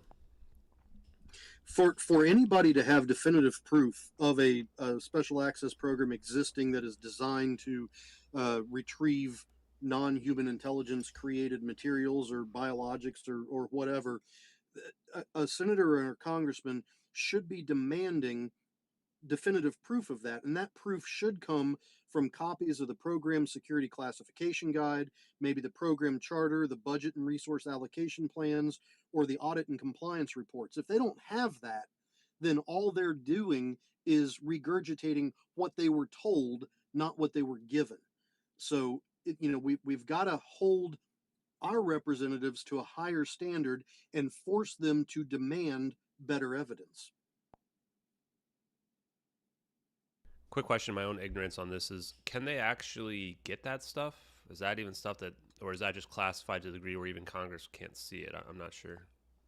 It is classified to a level that most congressmen cannot get. However, there are also waivers for just about everything. And with the need to know provisions and things like that, the original classification authority has the ability to declassify or provide access to certain individuals based on a need to know. And it would be a difficult hurdle to jump through, but it may take years. But for a contingency of senators and congressmen to consistently push for the exact same things could suffice for that need to know aspect. It probably wouldn't, but it could. And like I said, the original classification authority could provide them access to that information through a singular declassification system. Seems a little unlikely to me, honestly. I mean, if you're going to need to know stuff, I think that's where Congress starts getting left in the dark. But I'd like to know more about that in general. Arthur? Sorry, Eric. Yeah, just talking about the clearances for members of Congress. I think there's a lot of confusion, and maybe I have some questions around it too. Members of Congress don't have security clearances like government employees do. They don't have the background checks. They automatically gain access by being elected by the people constitutionally. So it's a constitutional power. But they have a need to know. So it seems like only if you're on the committee that has a need to know would you be given access to information that's relevant to what you're legislating. But all their staff have to have clearances, like standard clearances. So I'm wondering if a member of Congress can get cut out from information because their staff doesn't have the necessary clearances. Is that true? Well, it's partially true and partially not. Once you're elected as a senator or representative, you have a modified security, well, I call it a modified security clearance. It's called a public trust clearance. And it's not the same as a secret or a top secret or a TSSCI. It's just legitimately called a public trust clearance. Now, once you get on a committee, one of the qualifying factors to get on the committee is that you have to be able to obtain the relevant clearance. So if you are a person that is unable to obtain the relevant clearance to sit as the chair I don't have a TSSCI. I just have top you're secret. not going to be on that committee. I don't have any compartmentalized So, for example, the chair of the House Senate Intelligence Oversight Committee would have a TSSCI clearance, which would be predicated. I mean, he would have to have that prior to assuming his position. I don't know if that's true, though. I'm confused because I looked this up. I was confused. Doesn't seem like they even have any clearances whatsoever. I would be surprised because I've taken a clearance and there's like this huge thing you fill out related to it. They go through, it's like 60 pages called eQuip, and this whole background check that they do with you. You do a drug test, everything related to it. And I don't know one way or another, but I would be curious to know whether or not they really go through that process. Well, if somebody during this spaces could Google, I'm mobile and sitting in my car, but somebody just Google Congressional Public Trust Clearance and clear it up. Yeah, maybe while that's happening, good segue into kind of the next topic, right? So a lot of that stuff was talking about Grusch's testimony. And also just a quick reminder, follow Skyfire News to stay up to date on all things UFO. And then after this happened, it seemed like there was a lot of Grusch news. And honestly, I think we might save the Dark Journalist Melon stuff for later because he's streaming right now, and I think he's going to drop more. But there was this Black Vault release, right, where basically Black Vault FOIA'd a document from Grusch's ICIG investigation, and I believe, 2021, maybe, or 2022? And basically there was a statement there where part of it was blacked out, and the part that everyone's talking about, it says, he stated that he has been studying UAPs for 15 years, and that he serves as the NRO liaison to the UAP task force. And this was kind of a trip up for a lot of people, right? Because Grusch had previously stated on Tucker Carlson and on Joe Rogan that he was really unaware of this until the 2017 article. Like, he didn't really know much about anything UFOs. So Page 5. This was kind of a huge red flag. So I guess maybe we could just talk about this first and then his reply. But what did you guys think when this kind of dropped?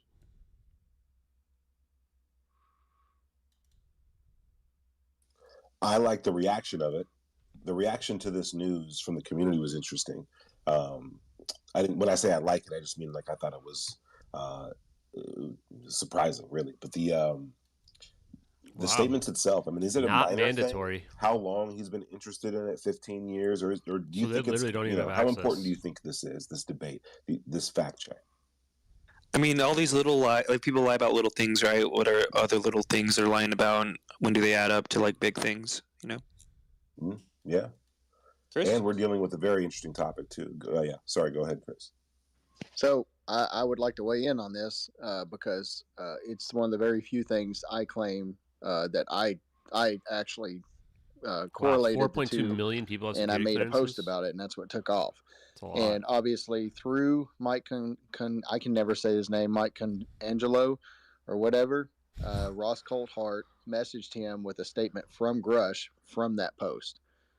So what happened was there was an interview with David Grusch conducted by the DOD IG.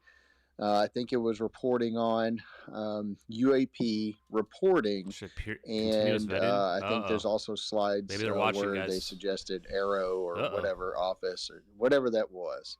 And in the questions in the interview, why this is such a big deal, and I apparently think this is, they don't have to. This is an issue not even the because president has to have a security clearance. For a field that wants like credibility and transparency, then I did go through the exact thing. I have to, right? You had to have a sponsor as well. I had a sponsor. We know that when he came out and he was doing his podcast platforms on Joe Rogan, he stated on Joe Rogan that UFOs weren't even on his radar only 3 levels until the 2017 New York Times article. Mine's definitely top and secret. He talks about who's this Lou Elizondo guy and everything like that. So we know from multiple platforms that he has stated he never had interest in the UFO topic before 2017. He said that. Now, when you say things in public versus what you say behind closed doors, there's an integrity issue if it differs. So when you look at that FOIA response, and it's an interview with Grusch in 2021, and it states, and it's already, it states, this person, and it has in quotations, said he had been studying the UAP phenomenon for 15 years. So that misleads. Oh, really? Dark Journalist had a conversation with Grusch. Automatically, if you've been following Grusch since he's come out, there should have been a red flag, because we know that his perception to boost his credibility in the public on platforms was he basically said, I wasn't a UFO guy. I didn't research the topic. It wasn't even on my radar. But then behind closed doors with the DOD IG, I think I'm going to change my streaming setup so my camera's at an angle. Now, I don't like how it's straight ahead. I made that post, and then the rebuttal from it was a statement from Grusch per Coulthart stating that I'm not sure. I'm going to do some investigating. Basically, the DOD IG got it wrong. Quality of my production of my and they likely counted his time as a cadet in school as part of that time. Well, my rebuttal to that would be any outside, I think it's only the Air Force Academy, I could be wrong with this, but outside the Air Force Academy, if you're a cadet in a JROTC college program, that service is not counted towards your uniform military service time. And so for example, if you do 20 years in the military to get your pension, you can't say, well, I'm only going to do 16 years and you guys got to count my 4 years as a cadet, because that doesn't happen. That doesn't work. That doesn't count towards that. You have to do a full 20 years after you do the 4 years, because you do the 4 years at the JROTC college program to become an officer. That's how you get commissioned as an officer when you come in. And real quick, right? Chris, he didn't even say that they messed up. He said he may have messed up. I'll just read the last part of his statement because this is pretty interesting. He said, "The interview reports that I've been studying UAP for 15 years. I have not and may have misconstrued my total time in uniformed service, cadet plus commissioned officer at the time." So he's saying I may have misconstrued, which is actually funny. At our little launch party, they're all getting mad at us like, "Oh, you called Grusch a liar, you called Grusch a liar," and then he like comes out and basically says I lied, right? May have misconstrued. Sure, maybe lie's like the hardest version of that, but it's also kind of like not telling what was the truth of the fact. Okay, so let's do the math here. This was in 2021, right? If you take the 4 years out of that, and let's say, okay, let's count that. That leaves 11 years. 2021 minus 11. What does that give us? It gives us 2010. Way before he stated in 2017. So it still doesn't. That's irrelevant. It doesn't make sense. So what happened was Grusch officially got caught in a lie, and people are like, "Well, it's not a big deal." You know, he's been found credible by so and so and politicians. Okay, great, but you guys want transparency. You guys want honesty. You got a guy that's went around boasting his credibility, saying, "You know what? I wasn't even a UFO guy," but now it turns out he was. So lies matter when it comes to credibility, and you not being transparent about what you say to the public versus what you say behind closed doors in government settings, that's an integrity issue. Totally. Right? And to Grusch's credit, though, he didn't disparage anyone's mother when he got caught in a lie. He handled it gracefully, but he still said, "I may have misconstrued." Arthur, do you have any thoughts? Well, my opinion is that yes, he did lie. He got caught. And I think this feeds into this whole idea that he's kind of being controlled behind the scenes, kind of used as a puppet for some other, people like Mellon and others. Yeah, I guess I could have gone I'm sure they, rehearsed him being interviewed. I mean, the most basic question is, when did you first get into UFOs? I mean, they knew he was going to be asked that. And this is kind of like what they did with the 2017 article, right? They kind of they weren't upfront with what the article was really about, right? They didn't go into the weeds of them. Yeah, they've done this too much. Or Lou Elizondo, he's a remote viewer, but this is stuff he's never been into this stuff too. But he was actually remote viewing in Afghanistan in 2002. We're really splitting hairs here, right? Yeah, they tried to brand themselves as the scientific, part of ufology, but they're the most far out woo-woo people ever. They're over the top if you finally get into their cult and find out what they truly believe. It's totally ridiculous, and it's just a managed, bullcrap thing, and it was really disappointing, but it honestly wasn't surprising. Yeah, it was kind of disappointing and not surprising, and also it makes me think of, and I'm not saying this is happening, but my mind goes, there are religions where it's like you're allowed to lie for the religion, you know what I mean? I'm not saying that's happening, but interesting thoughts. Ashton?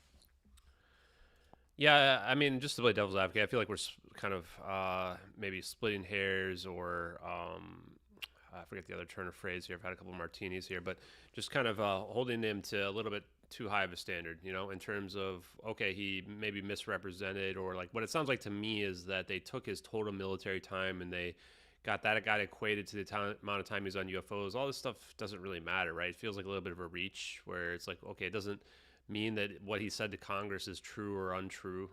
I think that at the end of the day, we need to be able to verify that information. My complaints with Grusch, and this isn't really a knock on him, I've been honest, my opinion is that I think he's telling the truth, at least about what he knows and what he's been told, but is that he's got an NDA. So people that have NDAs can't say everything that they want to say, because otherwise they're going to go to jail. And that's what we really need from the UFO disclosure movement, is somebody to break their NDA and just tell us the truth. But then the problem becomes, like we're hearing right now, is that it then doesn't become about what they're saying. It becomes whether or not we can believe what they're saying, right? And this is the ultimate issue. This is the problem we have, is then we have to have this hard evidence, hard proof. And what is hard proof? I would ask the people in this chat, for you all, especially my skeptics out there, what is your bar for hard proof? What would David Grusch have to show us for us to believe, I'll take alien bodies? Would we have to wheel those out? I think even if we wheeled the alien bodies out, people would say they're fake, but that's just my opinion. What do you guys think? They already did. They already did wheel out the alien bodies. In Mexico, they did, right? Fake. Exactly. Right? The cat's still out on the alien. mummies from Nazca. The science hasn't caught up yet, and that makes sense because it took like a really long time. I like Alien to kind of debunk the out of the skeleton thing, because I think that took like 10 years, you know. And if you go look at the peer-reviewed journal articles about it, it's very I don't want to say obvious, but like it's a genetic, it's a very rare, unique genetic anomaly that was found, and the half. I want some more scary stories to come out or whatever. The half of the gene sample. I don't think the mummies were necessarily fake. I don't know. And they said like, oh, it's inconsistent. I don't think they've been proven fake. In my opinion. don't know if it's alien. It might be alien. Just a lot of disinformation out there. What they weren't discussing was it was coming from a degraded sample, so they couldn't even get DNA to look at, and that's totally different. It seems unlikely to be able to get DNA after thousands of years. Like, that is not alien. We don't know. Maybe it is alien. There's no more good stories yet. Anyway, so it's a whole cluster F with all that stuff. But like, we don't know. Like, people say the different things about the Nazca mummies all the time. So they did wheel out mummies of aliens. They did show us 2 bodies, and nothing happened. Nobody cared. It was totally fake. That's because 100%. Ryan Graves was there, and he was embarrassed about what he got asked to be a part of. He even stated like that. He said, I'm pretty sure, and I'm going to paraphrase, something along the lines of, this does nothing but set back the UFO community, because those are plaster dolls. Graves. I played with plaster in art class in high school. As soon as I saw that, I was like, that's plaster. Like, well, there's like 8 different mummies, or it's like 6 different mummies, and so it's because they're not plaster. They're not plaster, and Chris. And they have had that not figured plaster out, for sure. But there are other mummies. It's still That's just how you preserve them, right? You know, they've had people say like, "Oh no, these are definitively organisms. These Definitely aren't entities. These aren't plaster dolls." Some of them that they've looked at, and some of that's them. That's the problem when you believe what people tell you versus what the facts are, right? This is what is wrong with the world in general, is that we believe. Oh, what did Ryan Graves say? What the hell does it matter? Ryan Graves says he was just some dude who was invited to come along. It had nothing to do with the mummies. Even if it comes up that they're real, no one's going to believe it. Like, exactly. No one's gonna believe it. I think it'll take like 20 years to seep in. It would take the public 20 years to be like, oh, those were alien bodies. Whoa. You could have the president of the United States, like, you know, confirming to the country, look, this is real. These are from this star galaxy. And immediately people would be like, what are they trying to cover up? Why are they coming out with this now? They must be doing something else. Are they trying to start another war somewhere? Like, no one would believe it. And that's evident in every time that there's a story that Keemstar, goes somewhat viral about the UFO community lately. It's Grusch. If you go into comments of every one of those posts, especially on Twitter, you'll see everybody talking about, all right, so this is a distraction from what? Everybody. Yes. They like, nobody hardly believes, and you could. I mean, it'll take you a while. Change my streaming setup as well, and it may be a believer or two are sprinkled in there, but mostly everybody's saying this is a distraction from something that are going on across the world. I kind of want to have something glowing in the background as well. Blah blah blah. It's Biden. Maybe I'll make a 4-orb sign. Can somebody give me a 4-orb sign, even with weather events, where I can buy one? A hurricane will hit. You know, if you go and look at the comments online, people are like, "Oh, the government HARP created that hurricane because they're trying to distract you because they're doing something somewhere else." Like, even with weather Someone design me one of these. Or like, you know, when there's a gang fight, I want a custom neon sign. Juveniles in a big city, and all of a sudden we've got aliens running away from a mall because aliens like to shop at malls. I guess, I don't know. They weren't just aliens. There were 7 to 10-foot aliens. Thank you. These seem pretty big. And they were shadowy. They moved throughout the shadows of the ground. It was a very strange story. By the way, one of the witnesses claimed that on January 21st, which is only 2 days away, that one's good too, that he's going to have a big reveal with the 7 to 10 foot Can I change aliens. The color? So he's been hyping it up on his Twitter. Apparently, this news break is going to happen on his YouTube channel. So we'll see if he follows through. Good. Is it the same guy that the same kid that made the claim from the meteorite falling that there was the 8 to 10 foot alien in his backyard? Multicolor? No. But Chris, you don't believe that Las Vegas story? Hell no. Even James Fox himself came out and said it's probably a hoax after being. But who put the video cameras up? Who put the video cameras up, Chris? What There's video some cameras? weird stuff about it too, though. If you guys go to MiamiAliens.com, about like a day before all of that went down, there was a cryptocurrency like NFT site that was launched. Not saying one thing or another, but like I did find a tweet I think I like from the deep people who were using hashtag Miami How long does it take to get this? Miami aliens way before the media storm happened. I don't know. Who knows? It's so weird that trended. Can I explain how this happened? And this is just from my experience on TikTok. Why would I need I posted a video one time because there was a UFO video that went viral near where I live. That's near a army base.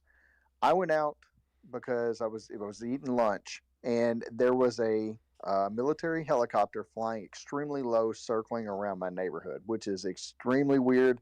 I've lived here 5 years, and I've never seen it. I've seen them pass over. How big is this? But it was circling. It made about 5 circles around my neighborhood in very low. And so all I did was post it. And I said, all I said was, it's really weird this is happening when I'm 45 minutes away from this video, and I tied in the other video and what it was about. And would you know that video alone got over 1 million views in like 2 days? And the theories and it just spread like wildfire. It was insane. So and I guarantee you, if you trace the Miami aliens thing, it all came from TikTok, because the shit like that spreads like wildfire on there, and that's how they'll start clipping the video, and then they'll add in their own so-called experience, or they'll hoax what they think that they were there. Like, there is no. Quick question, Chris. Did you pull up a flight tracker or whatever to see if it was? Not sure. Are you talking about my thing or the Miami thing? No, the helicopter that flew over your house. So no, this is before I found out what flight radar was about or its existence. So no, I didn't. Because I've had helicopters Someone over find me mine, some good and neon I signs. $300 for this? Too much. 99.9% of the time, whatever I see in the sky, it's on there. But there's been a few times where there's nothing on there. There's nothing flying my house, but I clearly see a helicopter or I clearly see a plane. Well, not everything. Okay, so there's a misconception there. Not everything is going to be reported on that, and there's reasons for that. I can't how do we get to all aliens? I kind of looked into it, and there was a guy on TikTok. I've already seen the DNA alien. He specialized in that, and he said that especially with military flights, you're not going to see all of them pop up for a variety of reasons. But the majority of things, because I looked, there was a helicopter crash down in Alabama, I think it was. And I don't know if y'all remember that. It was last year. It kind of fell out of the sky. A couple of people died. There was a big investigation, and it was, I think it was Alabama. So I was tracking it on flight radar, and there was a big thing about it on TikTok. And so, and you'll see, like, there was a thing where it didn't show up. That's huge. So you kind of dive into it. Not everything's going to show up on flight radar or those types of apps.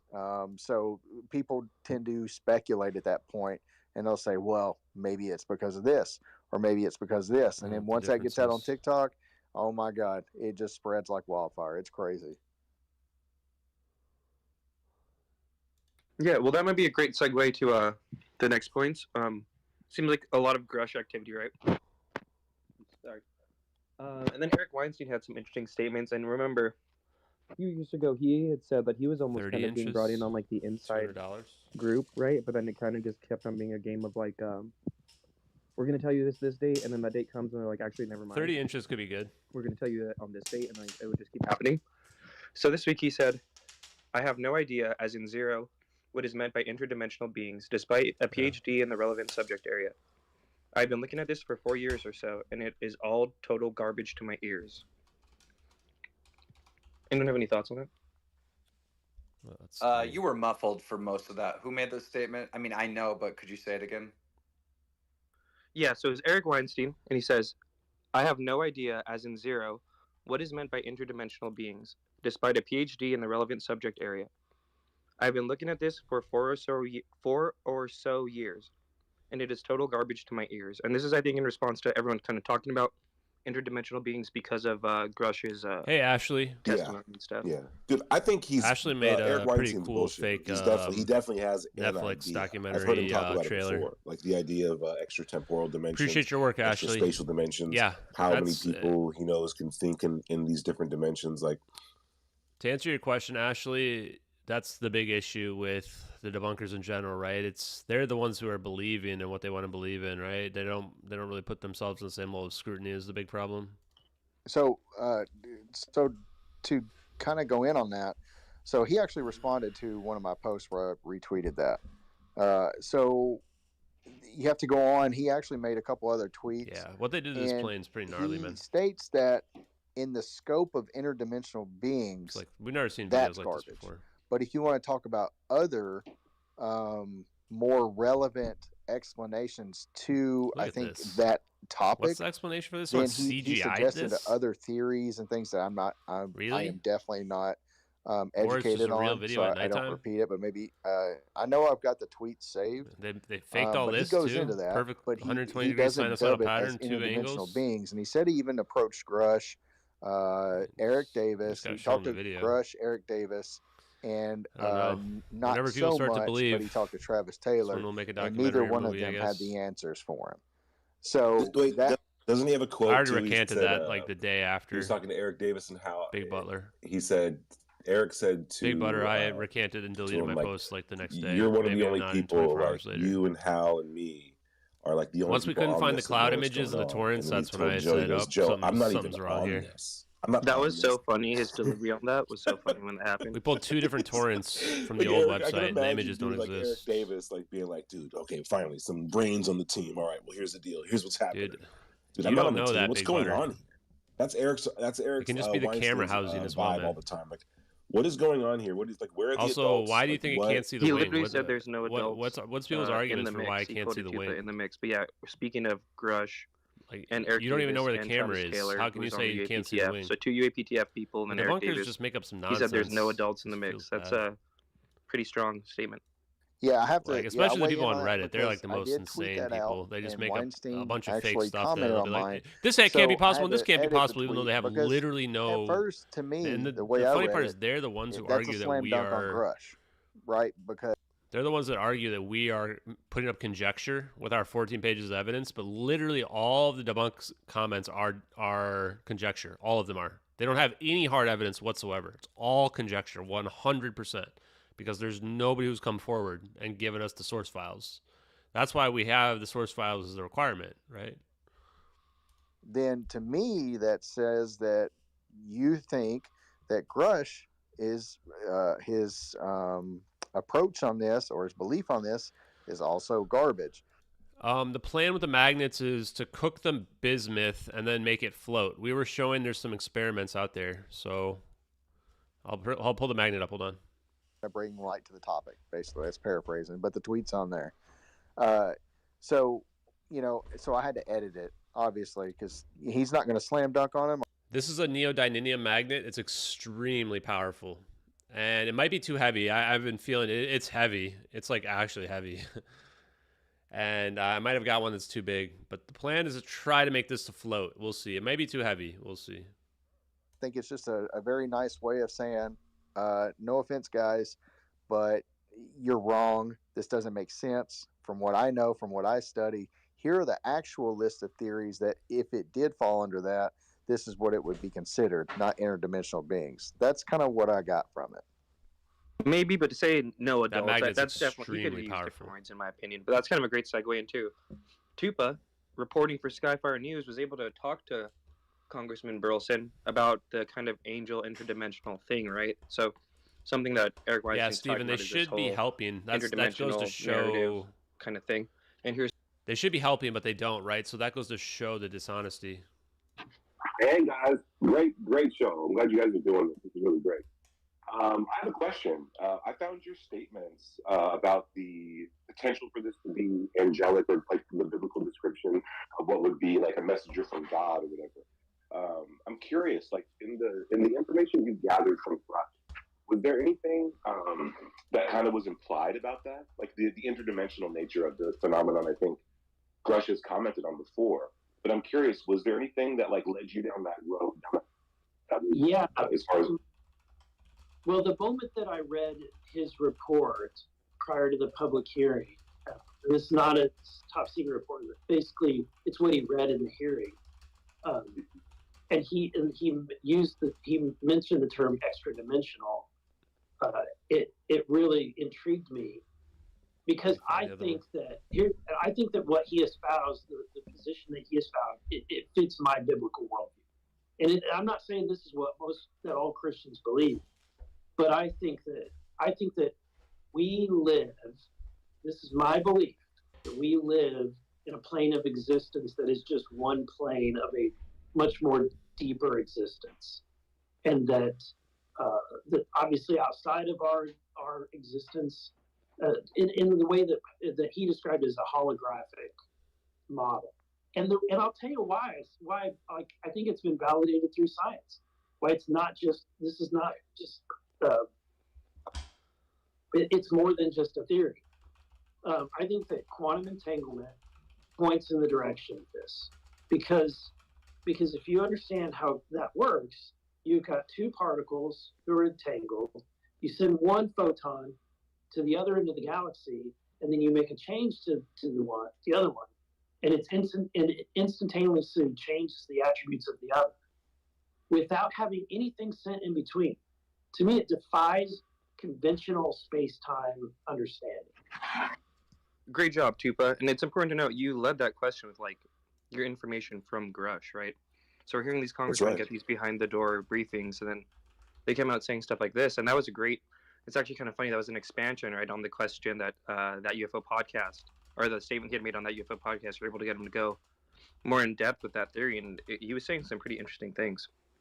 Yeah, I'm glad you brought that up. Was that your interview, or was that UFO podcast interview? I've got one over there. Well, and that actually happened on the spot. We found out there was a AMA going on Discord. If you even put them like 6 inches apart, you can feel the power. It's super strong. What are their? I always forget what the name of their thing is called. Ask a poll. Yeah, they were having an AMA on Discord, and Tupa went in there after them, the whole that UFO podcast stuff went down.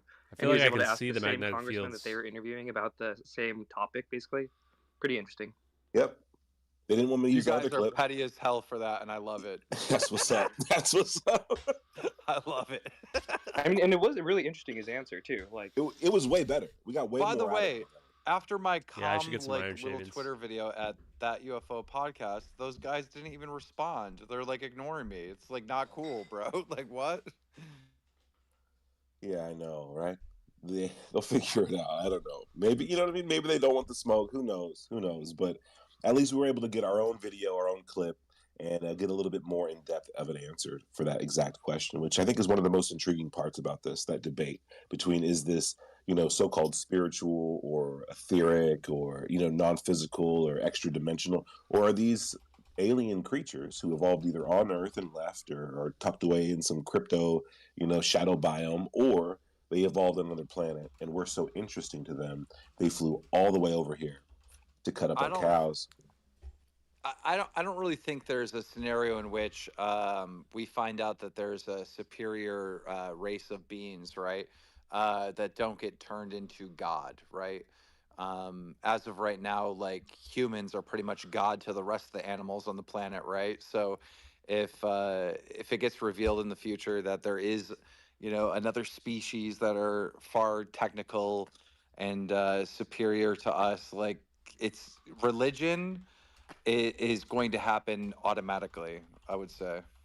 What did Russell Brand say? Like humans are a species who worships. Like that's just part of our DNA.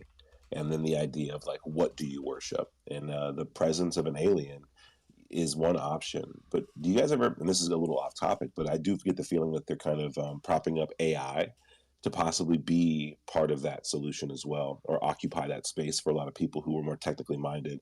I mean, even Gary Nolan himself, right? When talking to Lex Fridman and explaining about why he believes this phenomenon's been around since, the beginning of time, or been around for a long, long time at the very least, and produced religions and ideas, right? He said, we used to believe in gods of the forest, and then we believed in religion, and we don't believe in religion anymore. Now we believe in technology. So they're showing up as technology. Gary Nolan is a Stanford scientist. At the very least, it shows that what they're being told on the other side of those closed doors is crazy stuff, right? Not crazy, but out there, outside of the normal scope of their reality, And True. if it's true or not, No, to be determined. But I think it's clear that they're being told some pretty interesting things. Yeah, I've learned to not prejudge people. Anyone have any thoughts on that before we kind of close up with the Kirkpatrick article that dropped today? I would just like to talk about ballet, how a lot of this goes back to ballet, where an alternative hypothesis to flying saucers, it being something in our collective consciousness or interdimensional. Now we just push. Loud. Getting called a grifter is a rite of passage. It's basically like getting called a conspiracy theorist. Beings, and they've said that they're from other planets. There's a lot of material that suggests that yes, there's stars and with planets, and they have biospheres, and there's life that exists on those biospheres, and they're curious and they explore. And I think it's not an either or; it could be both, interdimensional and extraterrestrial. And it's hard to probably distinguish between the two, because advanced extraterrestrials would have amazing technology that would look like magic. So I don't even think it really matters. It's just something other. It's alien. I think alien is a perfectly good term that kind of incorporates everything. I think it includes interdimensional. I don't like the term because, well, never mind. I've given up on what I was about to say. Go ahead. No, that was my thoughts. I just don't reinvent the wheel. I don't think extraterrestrials should be thrown out. I think it's probably the leading hypothesis, in my opinion. You think the leading? That's interesting. I think it's the I think they're close, right? If I had to say it in the race, right? They're neck and neck. But I do believe the crypto or shadow biosphere or otherworldly kind of nature of the phenomenon kind of makes a lot more sense, given the fact and information. We know the scope of its influence goes beyond physical, landing marks from its landing gear and scars from abductees. It goes into consciousness, right? It goes into something a little bit deeper, and we can't really ignore that as much as we'd like to. I'm a nuts and bolts guy too, but we can't really separate these things, and we're finding this more and more to be the case, especially with people like Chris Bledsoe. Not to digress into that case or anything, but still, something's going on. Also, I think it's statistically less likely that a being evolved on another planet and came here. But if that was the case, that has so much that has a lot of implications. And if the phenomenon isn't that, then it kind of expands the idea of what it is to be a person, or what it is, what it is to be alive on Earth, right? We have these questions about our existence. If we find out that it expands out into the cosmos or into this weird UFO phenomenon, what is that? If it's part of us or part of another, part of Earth, for instance, then it expands our idea about who we are ourselves versus how interesting we are to other people. Slow down. But I don't know. I think it's a good debate. Go ahead, Chris. Why is it? Whoa. Go ahead, Keem. I was just going to say, why is it as a child it was so easy to understand the concept of guardian angel, but as an adult it's so hard to also understand the why? No, that's facts, dude. That's what Eric Burleson seemed to be like. Listen, I can't speak for all Christians or anything, but from my understanding of these words and this definition, this is what it is. And there's a lot of people. He's not alone. He's not alone. And we all are. This really strong magnet. We have Diana Pasulka, who's a professor of religious studies at the University of South Carolina, I think. Kimberly, careful. You need to have she wrote a couple books about it.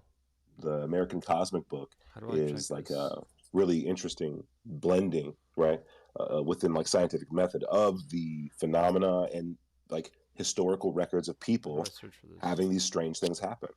And the Catholic Church has like this really in-depth archive of all of these individuals, all of these occurrences, and she found that they were almost identical to modern UFO experiencer stories, which is a strange fact, but one people should explore. If you haven't read that book, you definitely should. Go ahead, Chris. All right, I just want to say one last thing, because I really got to get off here and spend time with my wife, because between this and Lou Review's episode I did, I've been on this has been like 4 or 5 hours going. So I know a lot of people in here, and it really doesn't matter if it's enthusiasm or if it's skeptical. But I'm going to pitch something. Yeah, the magnet. And I think people, and this ties into Kirkpatrick's article. So he mentions ATIP, and ultimately we know, or most of us know, that follow the subject knows that ATIP was nicknamed for ASAP. That's melted bismuth, though. Well, if all of this circulates back to that, that's what I want to do. Then the real whistleblower, we have one in the community. We legitimately have that whistleblower who has been a part of ALSAT program, who is boots on the ground at Skinwalker Ranch, who worked at Area 51, who has the credentials that backs it, plus the experience. And not only that, military veteran who potentially was experimented on unknowingly on the property while working at ALSAP. He's right here in his community, and he's been popping in and out for I don't know how long. He comes in spaces, he goes. He has a legitimate case, and he's been to DC twice, potentially maybe going another time. We'll see. But Chris Bartell is the true whistleblower that nobody in here is. I don't know if you haven't heard of him or you just maybe don't take what he says seriously, but he has all of the documents. He has all of the evidence, all of the pictures. His I like the phrase, he is the true whistleblower. He is the true whistleblower, because let's think about it. That's the title. If Kirkpatrick has drawn a line back to ALSAP ATIP like he did in that article, if you want to get ALSAP on the stand, who also received $22 million on a whim from Senator now you Reid, see why I want it. To investigate, at first it was like paranormal type of occurrences, and then they tried ATIP to try to access, and make it a special access program, so if you have that, you have a guy who doesn't need a skiff. He can tell you the things that he went through. He's got a security clearance. He is the perfectly vetted source that has experienced everything on that ranch in that program of ALSAP, and he could stand right there in front of Congress, sworn under oath, tell you everything he experienced, the evidence to support that he was a unknowingly participant in a study on effects of that ranch on the human body. And he could do it right there in front of everybody, and there would not be any like yellow tape. Yeah, that's awesome. Anything. Oh, real quick, Chris, because you're about to leave, and I was really wanting your input on this Kirkpatrick article. Could you give us your thoughts on that real quick? But yeah, I'm all about Chris Bartell. Yeah, so that's what I was getting to is, Kirkpatrick has tied it to ALSAP. Yeah, and I don't know, I've dissected Grusch's resume. I don't think it's 500. People need to do themselves a favor and go look at Kirkpatrick's resume. It's online. It's in more of a biography form, but it also lists his awards and decorations. Who one of them was through the NRO and the National Reconnaissance Office. I love my Grok AI. Grusch states that he had all these duties. Oh, it is 500 degrees. Yeah. He's the real deal, and what the UFO community just did was push one of the best scientific minds that could have helped eliminate the BS and hopefully actually get down to maybe there is something out there, and they pushed him out. Bismuth's pretty weird. What he talked about in that article is it's pretty completely sketchy. True. I'm gonna use a fireplace. And it, with all the stuff that he talked about, about, like 10 pounds. It's hard for me to recollect everything. But his article was a slam dunk on Grusch and other whistleblowers, and he talks about how he invited all of them to come and speak multiple times to him, and they didn't do that. Now you could speculate, and you're probably going to hear people say, well, it's a fly trap, or, you know, there's a reason why they didn't go. Well, they say the other way. They say that Grusch actually reached out to AARO and Kirkpatrick, and he was like ghosted, basically, never replied to. So it's really weird that this is like a thing. Well, Kirkpatrick has also come back and said, well, no, that's not true. I've reached out multiple times. So it's a matter of who are you really going to believe, right? I mean, and we don't have the details. We don't have the access to the email chains, nothing like that. So we don't really know. But they thought it was the heaviest element. Wow. That stands out to me. And if you look at the background and the credibility and the history and accolades to Kirkpatrick, bismuth is like as rare as versus gold. What's posted publicly about Grusch, and the fact that I called him out on the lie, and basically he did come out and formally say, yeah, I mean, yeah. So I did lie about that. That's because he made a statement and it came out. I honestly think that Kirkpatrick was the real deal, and this was his final blow right on the eve of the SCIF meeting, or right after the SCIF meeting. And this is him saying, look, I did everything I could. My team was well prepared as it could be, and we're up and running the best that we could in the time that we were given. How crazy is that? This is the truth of the things. And he even talked about unauthorized disclosure of those special access programs and things that have leaked out. Hell, if that happens, that'll still be awesome. They suggest is, you know, related to UAP, and he went into that's not true. So I mean, there's a lot in there, and it just, I think what it boils down to is who you're going to believe. Are you going to believe Grusch in that camp? Or are you going to believe Kirkpatrick, who, quite honestly, there's not a blemish on his record that you can find. So it's kind of left at that. And the dude is a legitimate scientist. His background is unreal. So that's where I'll leave it. But Chris Bartell, the true whistleblower. Thank you, Chris. Thanks for sharing his story. I think it's a good one. We're gonna dive into that for real. And just to wrap out this Kirkpatrick talk and close out, some of the things he said was that it's like a small group of people, all interconnected, that are kind of pushing this narrative to Congress and whatnot, and they're not being scientific. He also kind of called out Skinwalker Ranch and said that like a lot of money was wasted. He kind of harped in on the taxpayer dollars being wasted angle. Whoa. He harped in on Robert Bigelow too, who owned the ranch during the OSAP years, or beginning of at least. And he basically kind of said that there was a social media frenzy of secondhand and third-hand retelling of the same unverifiable claims. So he kind of did come out on all fronts against like this whole, and he also said there's no evidence of aliens. That after his year investigation, that there's absolutely no evidence. Welcome, Grant. You have any thoughts? How are you doing? Red, how are you, my friend? It's good to be with you. Thanks for giving me a chance to I don't like this Grant guy. Things. I just wanted to provide some of my comments on Kirkpatrick following the article that his op-ed that he put out. I mean, I think there is a quote in that article that is completely That's why he got booted. Laughable, and his quote was verbatim, "I can assure you as its former director that AARO is unwaveringly committed to harnessing science and technology to bring unprecedented clarity to these fascinating, important, and stubborn mysteries, and to do so with maximum transparency." Well, forgive my skepticism, but AARO's complete lack of any communication strategy and community engagement to date does not really instill a whole lot of confidence.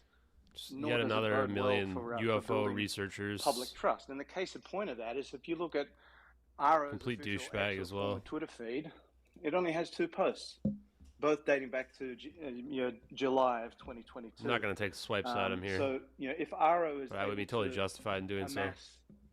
37,000 plus followers with only 2 posts since mid 2022. Imagine what audience it could attract, and the public trust that it could help rebuild if it had some frequent and informative engagement with the general public on social. So I think, despite what's been said thus far, I think Dr. Kirkpatrick has failed miserably AARO has failed miserably under his leadership, as well as that of the former controller of the purse, Ronald Moultrie, to build public trust.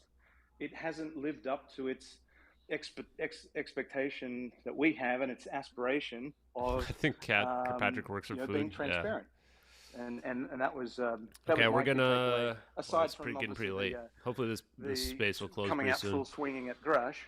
Then we'll go over a couple quick things, and then we'll close out ourselves. But we got a few things to go over. Thank you, Grant. It's good to get the believer side. And he did say, I think at one of the hearings, that the most allowable things was anomalous, which is pretty weird. Thanks, Art, and then Ashton. Well, I'm kind of torn with this Kirkpatrick article because a lot of what he says is true. It's verifiably true, and I do have a lot of issues with the whole, TTSA crew and like the Skinwalker Ranch crew. But I don't believe him. I think he's a disinformation agent. He's like running Project Blue Book 2.0. I 100% think that he's a believer. I think he's a big giant UFO nerd. I think he's probably been studying UFOs probably for decades. So I think he's intentionally deceptive, and I think he's just taking some shots at some easy targets over on the believer camp. What do you think his motivation? The drone is cropped out. What do you think his motivation is for that? If that were the case, thanks. He's fighting back because he got attacked viciously by this group, by the hate group, by the UFO hate group. Literally the same UFO hate group we talk about. He at NASA's first ever hearing on UFOs, Sean Kirkpatrick right brought off the screen up here to the north faced from the UFO community, and he also brought it up a month and a half somewhere. ago.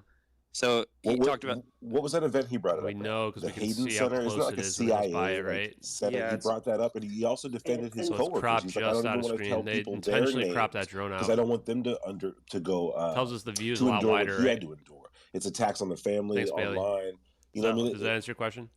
What he said was scary. Though? I don't understand. What is the point of attacking this guy? What's the objective?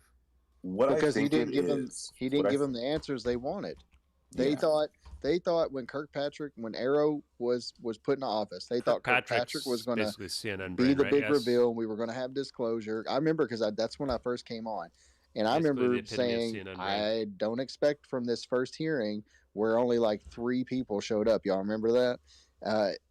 That hearing, I was like, don't expect very much from this. And from that hearing, do they even have a moving forward, Kirkpatrick? I don't really. He got attacked constantly because this guy didn't bring disclosure. He actually stated on record that to what he has found right now, from what he's investigated, there's no proof of anything extraterrestrial, and that started a whirlwind of all kinds of stuff that came out and attacking him, and all of a sudden people were criticizing him about his job and they're basically telling a guy how to do his job. It was ridiculous. That's where it all started, and it's all because he said, as of right now, there's nothing that points to extraterrestrial. And real quick, I have that clip, Chris. Let's just play it so we could hear him talk about the same stuff we talk about. A senior technical advisory group that you must have stood up, that is helping advise the work you do. So they're just questions about that group. What is it made up of? Yeah, the CNN plus Reddit brain combo is like the government? ultimate. Is this that academic and scientific right? community you just referenced? So it's a strategic technical advisory group. They don't like to be called senior. And they actually do work. They're the review board. Yeah, I mean, resigned is just a fancy word for fired. The analytic when they do it without consists of multiple layers of review. They come talk to you and they say it's time for you to resign, right? We don't give. That's how you do it with saving face. They call it. Of anybody in Asia, saving face is a huge thing. In the West, we don't care as much. Of very specific people, because in Asia, though, it's all about saving face. That the harassment and if it's U.S. tech, depleted uranium probably gets it right. So who cares if it's aliens? That's not what we're trying to get at. Where's the secret technology, right? I'm not going to subject my team to that. I have some of the best professionals on the face of the planet working some of this, but I'm not going to subject them or their families to that kind of harassment that is making our job a lot harder. I've had people try to dig up information on my wife, my child, where I live, make threats. This is why the guy told me not to reveal who he was. That's not called for. And what is the claim? I talked to AARO. I'm probably the only person in the space who's talked to them. Because you haven't said what they want you to say about the sources of these anomalous sightings? That's a great way of saying it, but I would put it a different way, right? I told everybody when we stood up, I would follow the data wherever it led. Mm-hmm. That means you have to follow the data and the evidence where it leads. If you don't like where it leads, don't call me a liar and then come after me. Everything's not a psyop, guys. So I also just want to highlight you don't that lie was to Congress posted under by oath. the King Milk Fart Harassment Archive. Go to prison for that, man. And the Hayden Center liked that post. So, and the Hayden Center is like a think tank for, I want to say his name is Michael Hayden, who is the former head of the CIA. So a lot of these guys, they make little like weird think tanks after they leave, and they do consulting, and they actually like that post. So yeah, and I got that from his article too, where he kind of said like he was kind of like wide-eyed and kind of excited, but by the time the year was done, he was just kind of like bitter and like screw all of this. And Ashton actually, I was just say Ashton's the only one in this room who actually submitted something to AARO, I believe, right? Hell yeah. Yeah, that's what I was going to comment on. I think I might be the only person who's talked to AARO as well. So I talked to, I don't think I've mentioned this before, but it was a lieutenant colonel. They asked me not to say their name, probably because of what we just heard on that little clip there, right, where these people are getting doxxed and harassed and what have you in general. Another thing that I'll say in my discussion with them is that they pretty much repeated what we had heard there from Kirkpatrick, which they had not seen anything that would lead to any type of, I don't know the way they phrased it, if they said it was anomalous or aliens or whatever, but I think the wording does matter there. But they also told me as well, this is something I haven't mentioned before, is that we had just a conversation in general. We talked for like an hour and a half. And I asked about the February shootdowns, and they said that, oh, those were definitely balloons. And that made me very skeptical of their analysis in general, because I'm really skeptical that the first one was a balloon, the Chinese one for sure. The other ones, I don't know what was going on with that. It was really sketchy the way they hid that. What I would say in general for people is that you either believe that we are at the pinnacle of human civilization and technology right now, or you believe that there's more yet to be discovered. And if there's more yet to be discovered, then what I would ask you is, or what I would propose to you is that we split the atom and dropped the nuke in the 40s. That was 80 years ago, a whole lifetime. Have we been doing nothing since then? Is that still the pinnacle of technology today? Or is it possible that the military-industrial complex does have advanced technology that we're not aware of? Whether or not that comes from UFOs or that we've discovered it ourselves doesn't really matter at the end of the day, right? So to me, I think that the big question is there actually anomalous technology that is unknown to the public that's being kept hidden? And I think that that's the way we should frame it to AARO in order to get the answers we want. If we say, hey, we need to know if there's aliens or not, they're going to just deny it, right? And even if there were aliens, they're not going to get shown that information. So then of course they'll be able to say stuff like, yes, we don't have any evidence of it, right? So we've got to be very careful about the questions we ask to get the responses that we want. Whether or not you think Kirkpatrick's a liar or not, I'll just tell you my opinion is I think that he's got what I like to call CNN brain, which is that he just believes that whatever the TV has said, that's all the science that we can know is possible. So it's probably really easy to lie to somebody like that where you just don't show them the information that would prove it to be wrong. The very last thing I would say is this, is that I don't really care who believes me or not in terms of this, but from what I've been told by people I trust the most in this world, that this technology is real in terms of advanced technology that could even allow a UFO to float, to go from one part in the solar system to another in a very high rate of speed, and that the people in the CIA, even the people that are in the know that will go on TV, will just straight up lie. Whether or not, I don't know what their motivations are lying, we could speculate, but they will just straight up lie. And what that means is that they're going to lie to people like Sean Kirkpatrick, the AARO, etc., because they have their own motivations and their own kind of intentions.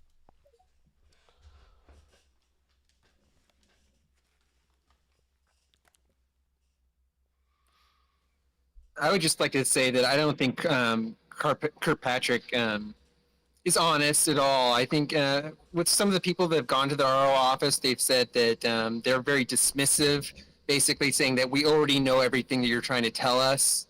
And I think everyone in the RO office is probably a UFO believer, and they're just managing the narrative. I think that's their main job. I think they've probably been read in, at least Kirkpatrick has probably been read into the secret UFO projects to a degree, and he's part of the cover-up. That's just my opinion, though. Yeah, we do have Robert Salas and Bob Jacobs, some of these older witnesses that some people have problems with their stories, sure, right? But around the nuclear weapon stuff, and they both said they went in and they both kind of had bad feelings about the whole thing, that they weren't being taken seriously, which I kind of get. because Kirkpatrick's like, this stuff's so old. What am I supposed to do with this? It's a story of like from 60 years ago now.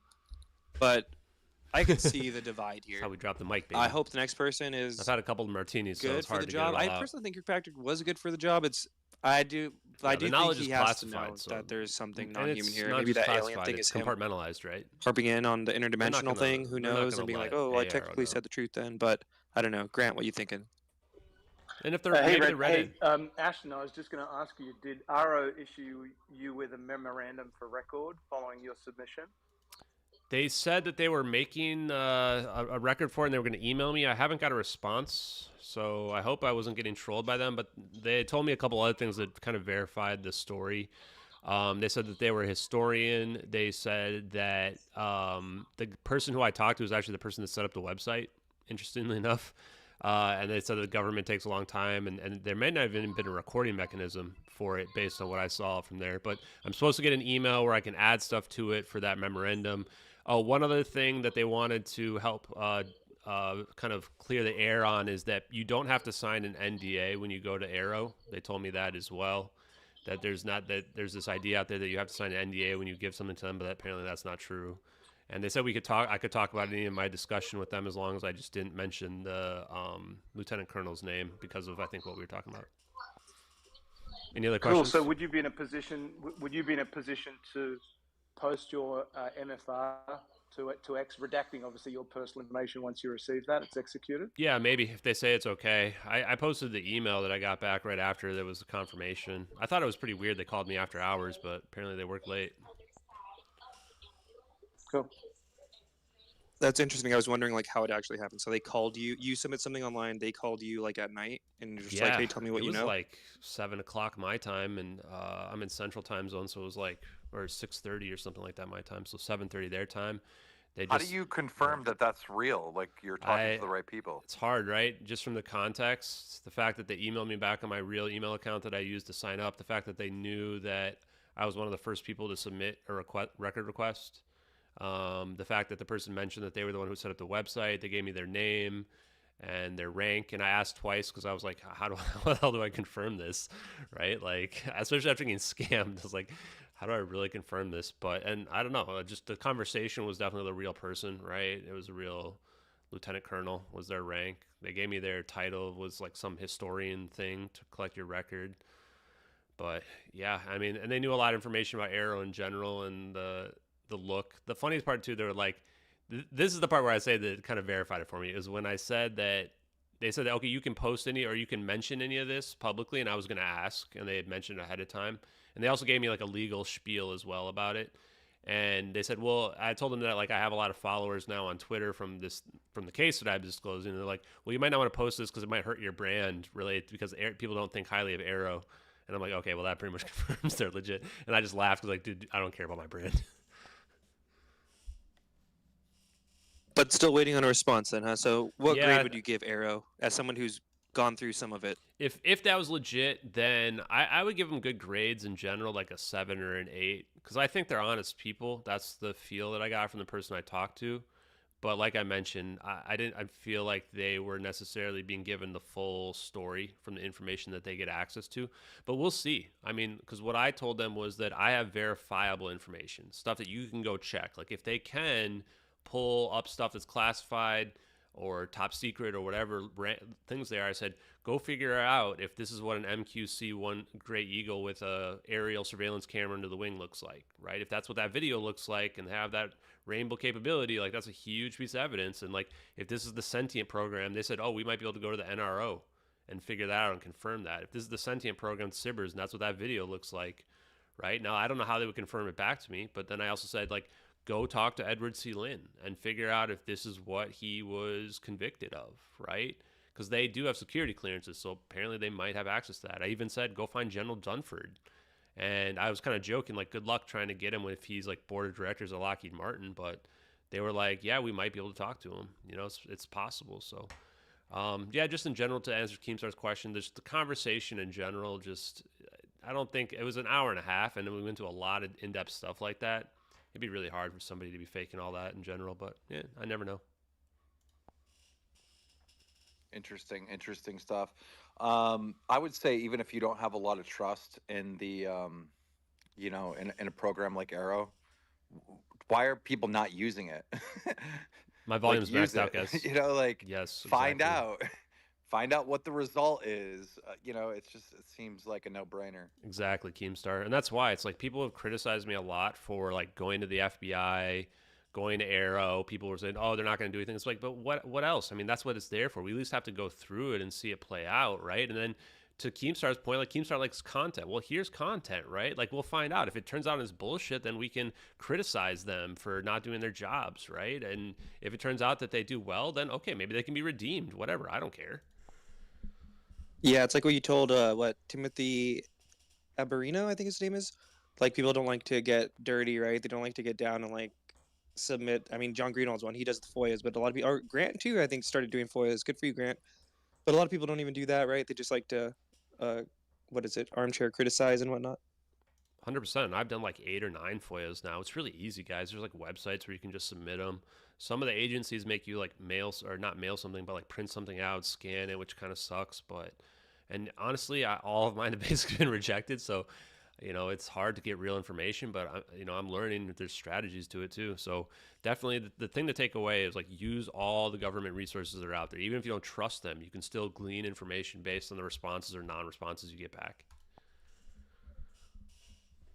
Very cool. Well, that was kind of it for the week. Coming up, there's the Grusch op-ed, which it almost kind of seems like all this stuff, I think it was supposed to come out this week, but maybe he pushed it back because he was kind of taking a lot of heat this week.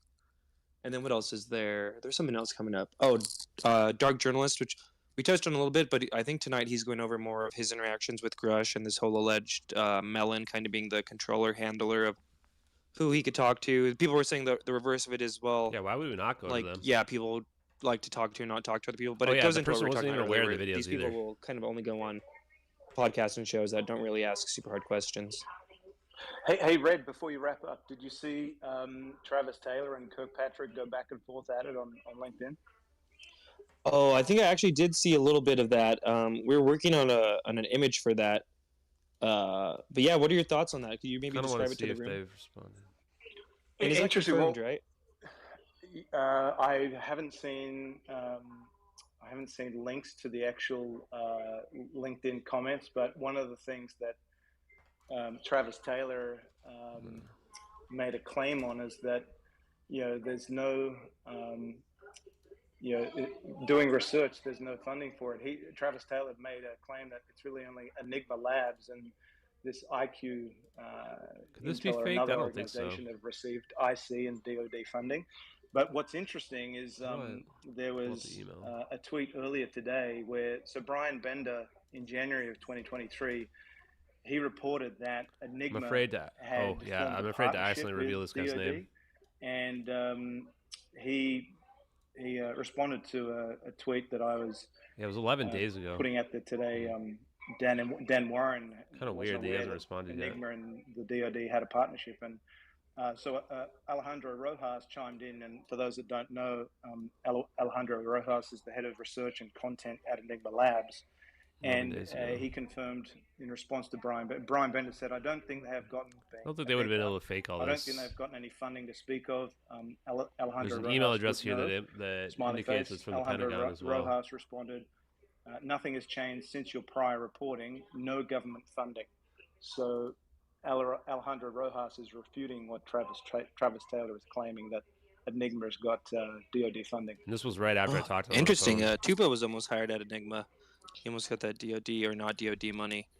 That sends chills down my spine. Oh, there it is. I mean, I don't know where their money's coming it's from a military mailbox. Those like debates, right, between Rojas, right, the fact of where the money's coming from, that could be like a technicality. They could argue that always. I'm like, no, the money landed here first, and then it like went to this other thing. So it wasn't directly from the government.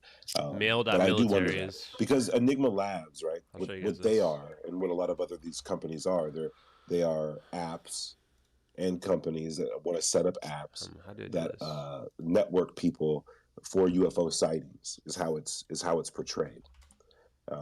But there are implications behind that when you incorporate the data and the data from the very particular individuals who are somewhat involved, even tertiarily, like to Enigma Labs, what they think is that people who see the phenomenon might be having something different happen in their minds, like in their head, in their brain. They've even studied this, people like Gary Nolan, right? So like the idea of basically having a bunch of experiencers or let's say a population of 100,000 people, and certain people are constantly popping up like, oh, I see something, I see something, I see something. I honestly think, as a researcher, the grainy cell phone video that's going to come from that is less important than finding out who is seeing the phenomenon and when they're seeing the phenomenon, because that's going to be more valuable information in terms of science. Because I mean, cell phones are getting better and cameras are getting better. I'm going to argue that all day, but at the end of the day, what you're seeing is these weird little lights. They didn't really give me a callback number. I've yet to see, a series or a slew of very clear, like cell phone video. You see the full moon, you point your phone at it, and all of a sudden it looks like this tiny little speck on your phone. You're like, okay, maybe it's not as epic as I thought it was, right? So how valuable is that video versus how valuable is it to know who's seeing the phenomenon? That's one of my not concerns, but just seems like a fact that they'll be able to collect that data as well, and I'm waiting for them to talk about that. How high quality, can I raise a question? Since I'm a journalist, Art Levine. Yeah, welcome, Art. Art covered a lot of this stuff. He's covered Bigelow, OSAP, kind of the money, the TTSA money. He's also one of the first mainstream publications to talk about the UFO hate group harassment, Elizondo cult. Really? So how's it going, Art? Good, and I'm glad Ashton, if I'm getting the name, is submitting his claims to the AARO. He's to be congratulated for that, and I hope they give his claim serious attention. Although, I'm not going to debate the issue with Ashton. So my question is, from what I can tell, since the New York Times piece has emerged, not a single prominent influencer or claimant on social media or elsewhere, that includes Elizondo, Mellon, Grusch, anybody you can think of who has shaped the debate and got a lot of press, not one of them has faced well-informed, skeptical, tough-minded, but open-minded questioning from any legitimate mainstream journalist or member of Congress. And I do not count softball questions from Jeremy Corbell or Ross Coulthard as legitimate, tough-minded, skeptical. Is there any example that I'm literally, this is both a rhetorical point, but also a literal question? Because if you notice, periodically Stephen Greenstreet will, have a film of him being hung up on by, David Grusch, or, he did get a chance to speak to Brandon Fugel and then was kind of frozen out. So in that case, he did get to ask questions. And Mick West is periodically interviewed very politely, some people like Dietrich and so on his show. But in general, I haven't seen the sort of questions and issues that I've gathered. Jason Colavito has gathered. Sean Kirkpatrick has now gone public with his op-ed. Stephen Greenstreet. None of those questions get to be directly asked or answered. And in my own articles, they basically generally evaded the question. They did not respond back to the email, no.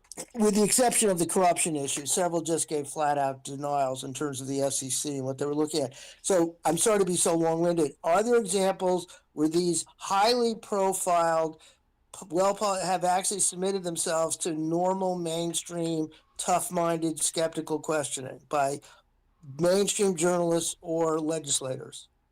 No, and not even other popular debunkers, and that's what we need. We need conversations, like I said earlier. Art, you weren't here, between Greenstreet and Corbell. Imagine those two battling out UFO Jellyfish on a show together.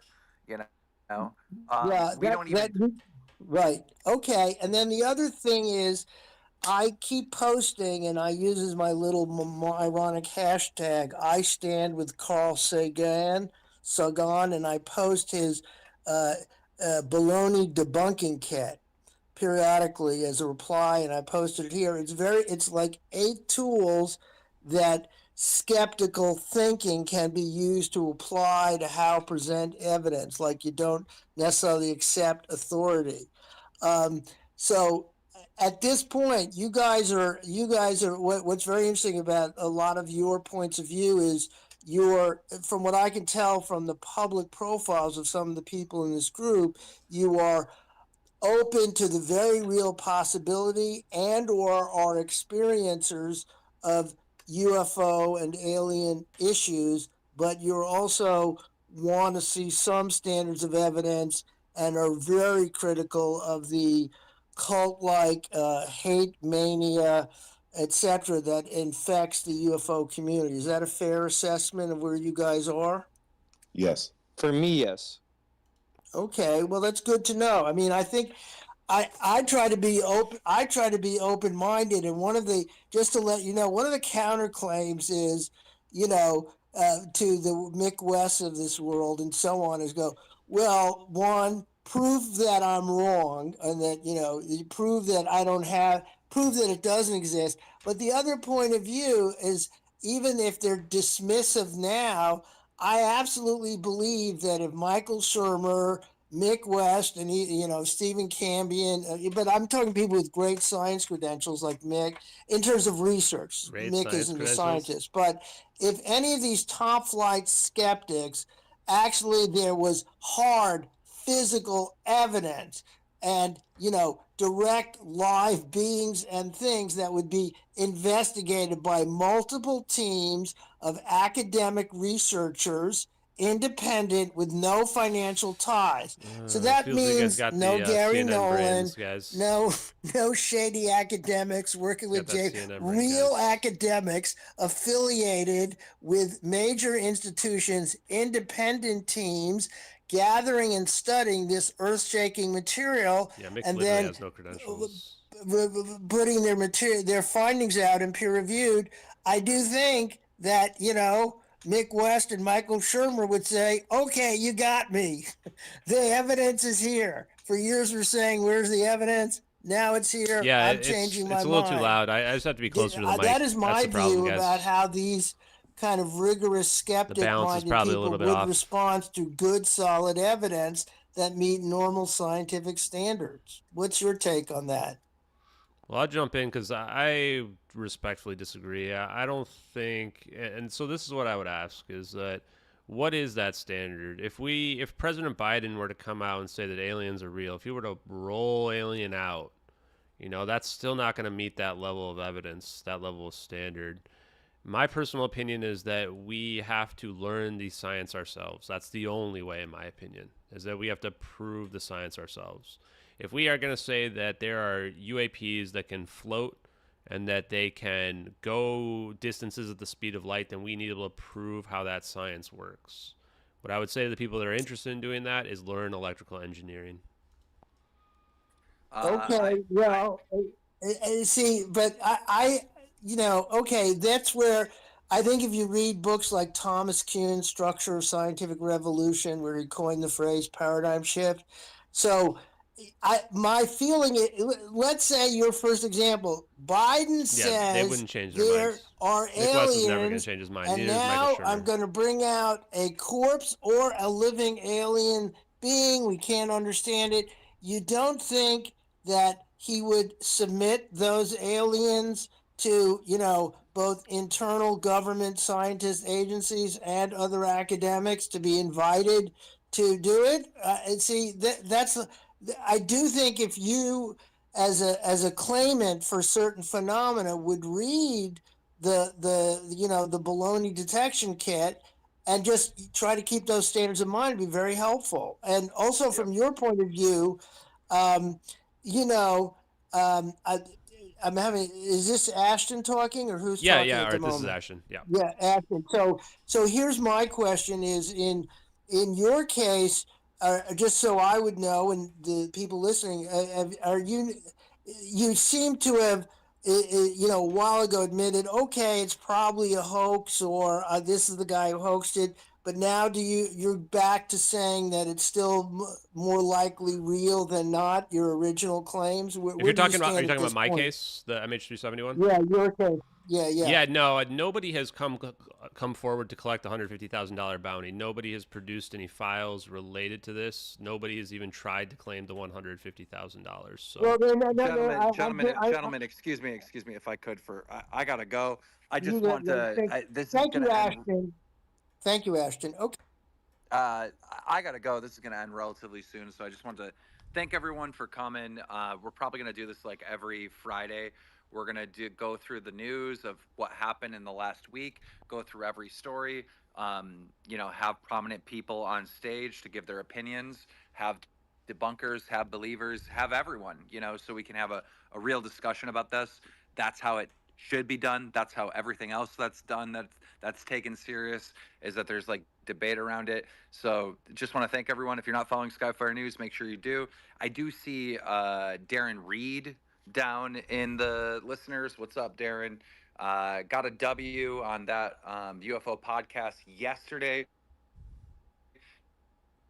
Got a milk dude today. That's 2 W's in Dazzle woke guy. Please get a W. You can't take L's every day. I'm gonna try to shoot for a week straight on y'all, but all right. Thanks, guys.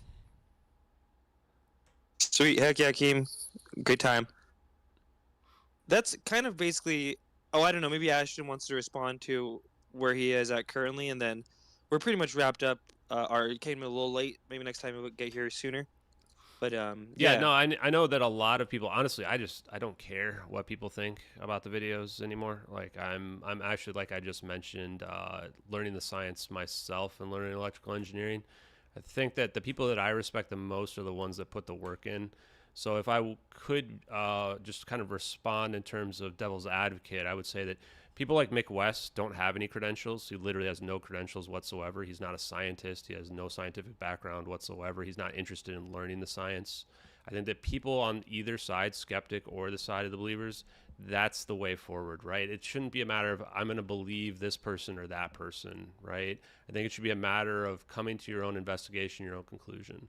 For anyone who is interested in the MH370 case, you can look at my profile pinned to the top of my profile, 14 pages of evidence that are categorized in terms of the video evidence, the evidence for the fire scenario. It's not just about the woo and the science. It's also about practicality of what might have happened. So you can take a look.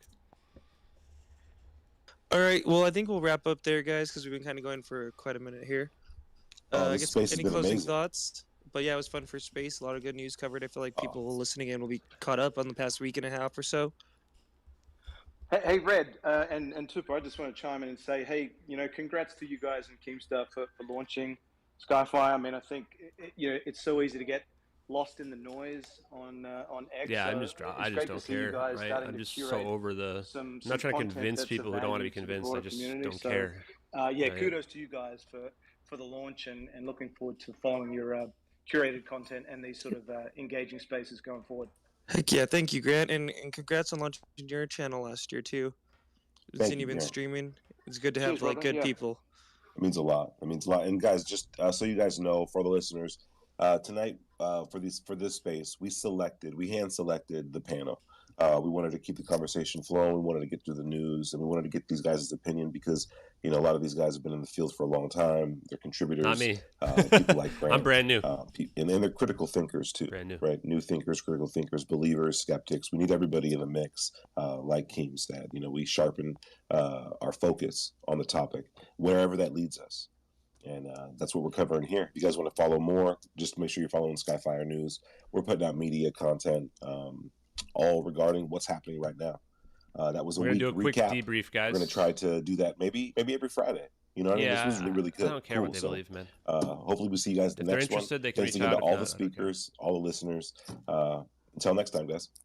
Follow Skyfire News. Thanks, guys. Okay. Cha-ching. Okay, guys. Let's see. What are we going to go through real quick? Okay. 3 quick things. So there was an airplane situation. They're saying that this airplane may have had a hole in it. Airplane engine hole. Now, why did I not report this? Okay. Hole found in Boeing aircraft after emergency landing. Well, that's a video. Can we get a story? Can we get a story? Here we go. Now, why did I not report this? Because it's a softball size hole. So if you guys know about physics, then you know a softball size hole is about this big. That's really, really small. This is not a UAP crashing through the engine. Unless we think of, okay, the wave function collapses down. Still pretty unlikely. Also, the other thing I want to mention is that if something like this size here were to crash through the wing, it probably would leave, or through the engine, it probably would leave a softball size hole. So I don't know what it is, but yeah. Now, to that point, yes, we now know what a flaming aircraft would look like. Now, keep in mind, this is very low altitude. Very low altitude. It was still taking off, right? So this plane here is still taking off. Why is this in a different language? My God, do we have to sit through this? No, just no. No. I also want to keep in mind a couple things. People have been trying to say that... people try to say, oh, well, doesn't this rule it out? It doesn't really do much of either, but it does show us what a fire of an engine looks like, which is pretty clear. You're seeing the fire of an engine here, and you're seeing explosions from this engine or something shooting out of it. Now, our fire is inside the cargo bay, which is lined to prevent fire from escaping. So very different situation, but it does give us some idea of perspective. You know, this is also probably only a few thousand feet. This was right after takeoff.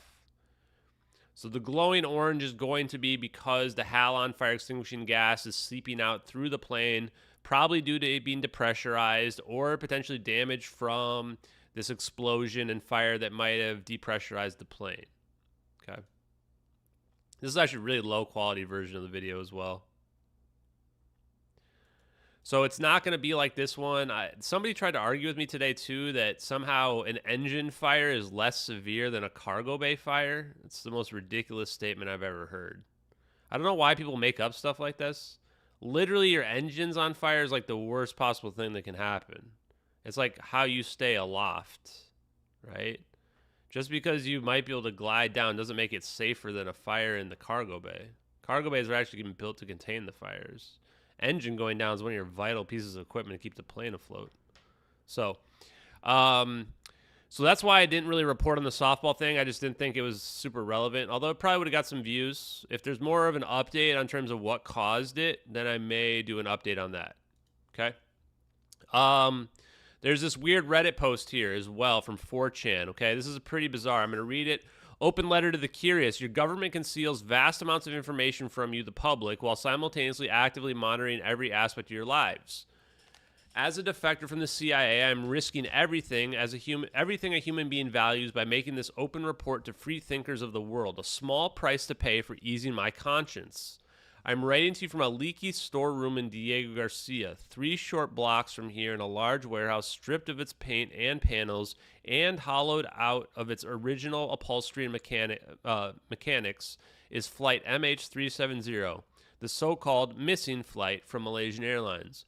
What I'm about to disclose involves the creators of the Georgia Guidestones military experiments, technology that could create the world kept in the dark, or change the world kept in the dark, and perhaps the most important simple message of hope or fear. One of the greater riddles of life answered straight up, no chaser. We are not alone in the universe. Wow. Okay, why is this pretty credible? Well, the date says November 13th, 2014. So this is 6 months after the plane goes missing. People still really have no idea what's going on. People had proposed the Diego Garcia scenario. The Philip Wood picture had showed up a week after the plane went missing. So that stuff had already been out there. The thing why it's compelling is down here. The Georgia Guidestones throws me off. I forget if there's what the mystery is around the Georgia Guidestones, but military experiments, sure, no problem, right?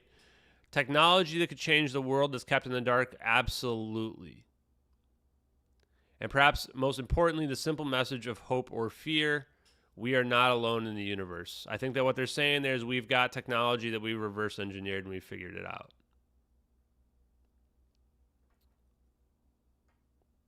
A fire in the hull is not the same as a fire in the cargo bay, Richard. I don't need to research it. I already have. I already embarrassed one person today on it. Just Google Dr. Edel, MH370, fire, cargo bay. You can listen, you can read it for yourself. I definitely don't want my plane to have an engine on fire for 3 hours. I don't think it's going to lead to any good scenarios. I'd much rather have it be in a contained cargo bay that's built to withstand temperatures of up to 1900 degrees Fahrenheit. That's just me, though. Okay. The guide stones were a doomsday message. The dude that made it was racist. Okay, well, that's interesting. So this is an interesting one. We may post this. May post this in the morning.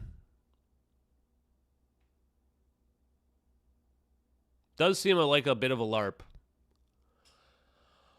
The leaky storeroom in Diego Garcia is the weirdest part. Why would you write this from the leaky storeroom in Diego Garcia? Wouldn't you just write this from your home when you got back?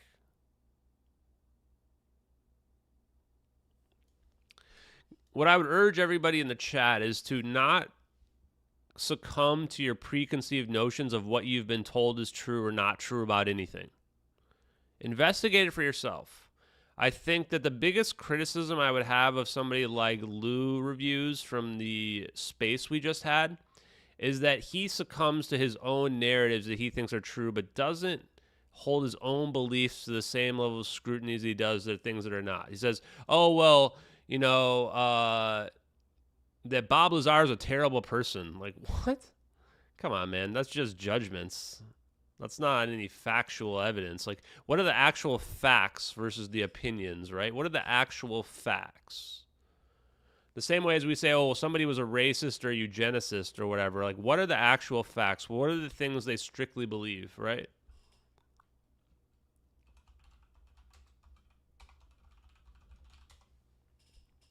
That would be what I think we should interpret. 1980? Oh, it's in Arabic? Or is it in multiple languages? Yeah, I mean, somebody destroyed this because they were nut jobs, right? And they were believing CNN brain related stuff. These are pretty cool.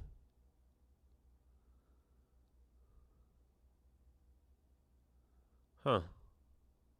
Sanskrit, huh? Oh, so yeah, Sanskrit, hieroglyphics, classic Greek, and Babylonian.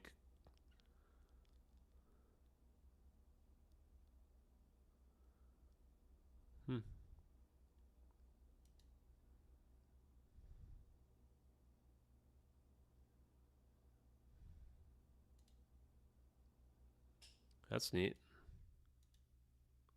I don't think we should read too much into the guide stones, though. Okay. But that's a fun thing. Have a good night, Amanda. I got to go to sleep, too, in here in a minute. What time is it? Oh, it's super late. Oh, boy. It's been a long stream. Yeah, calling Lazar a psychopath really, and like whatever, liar, all this horrible stuff or whatever is bizarre, dude.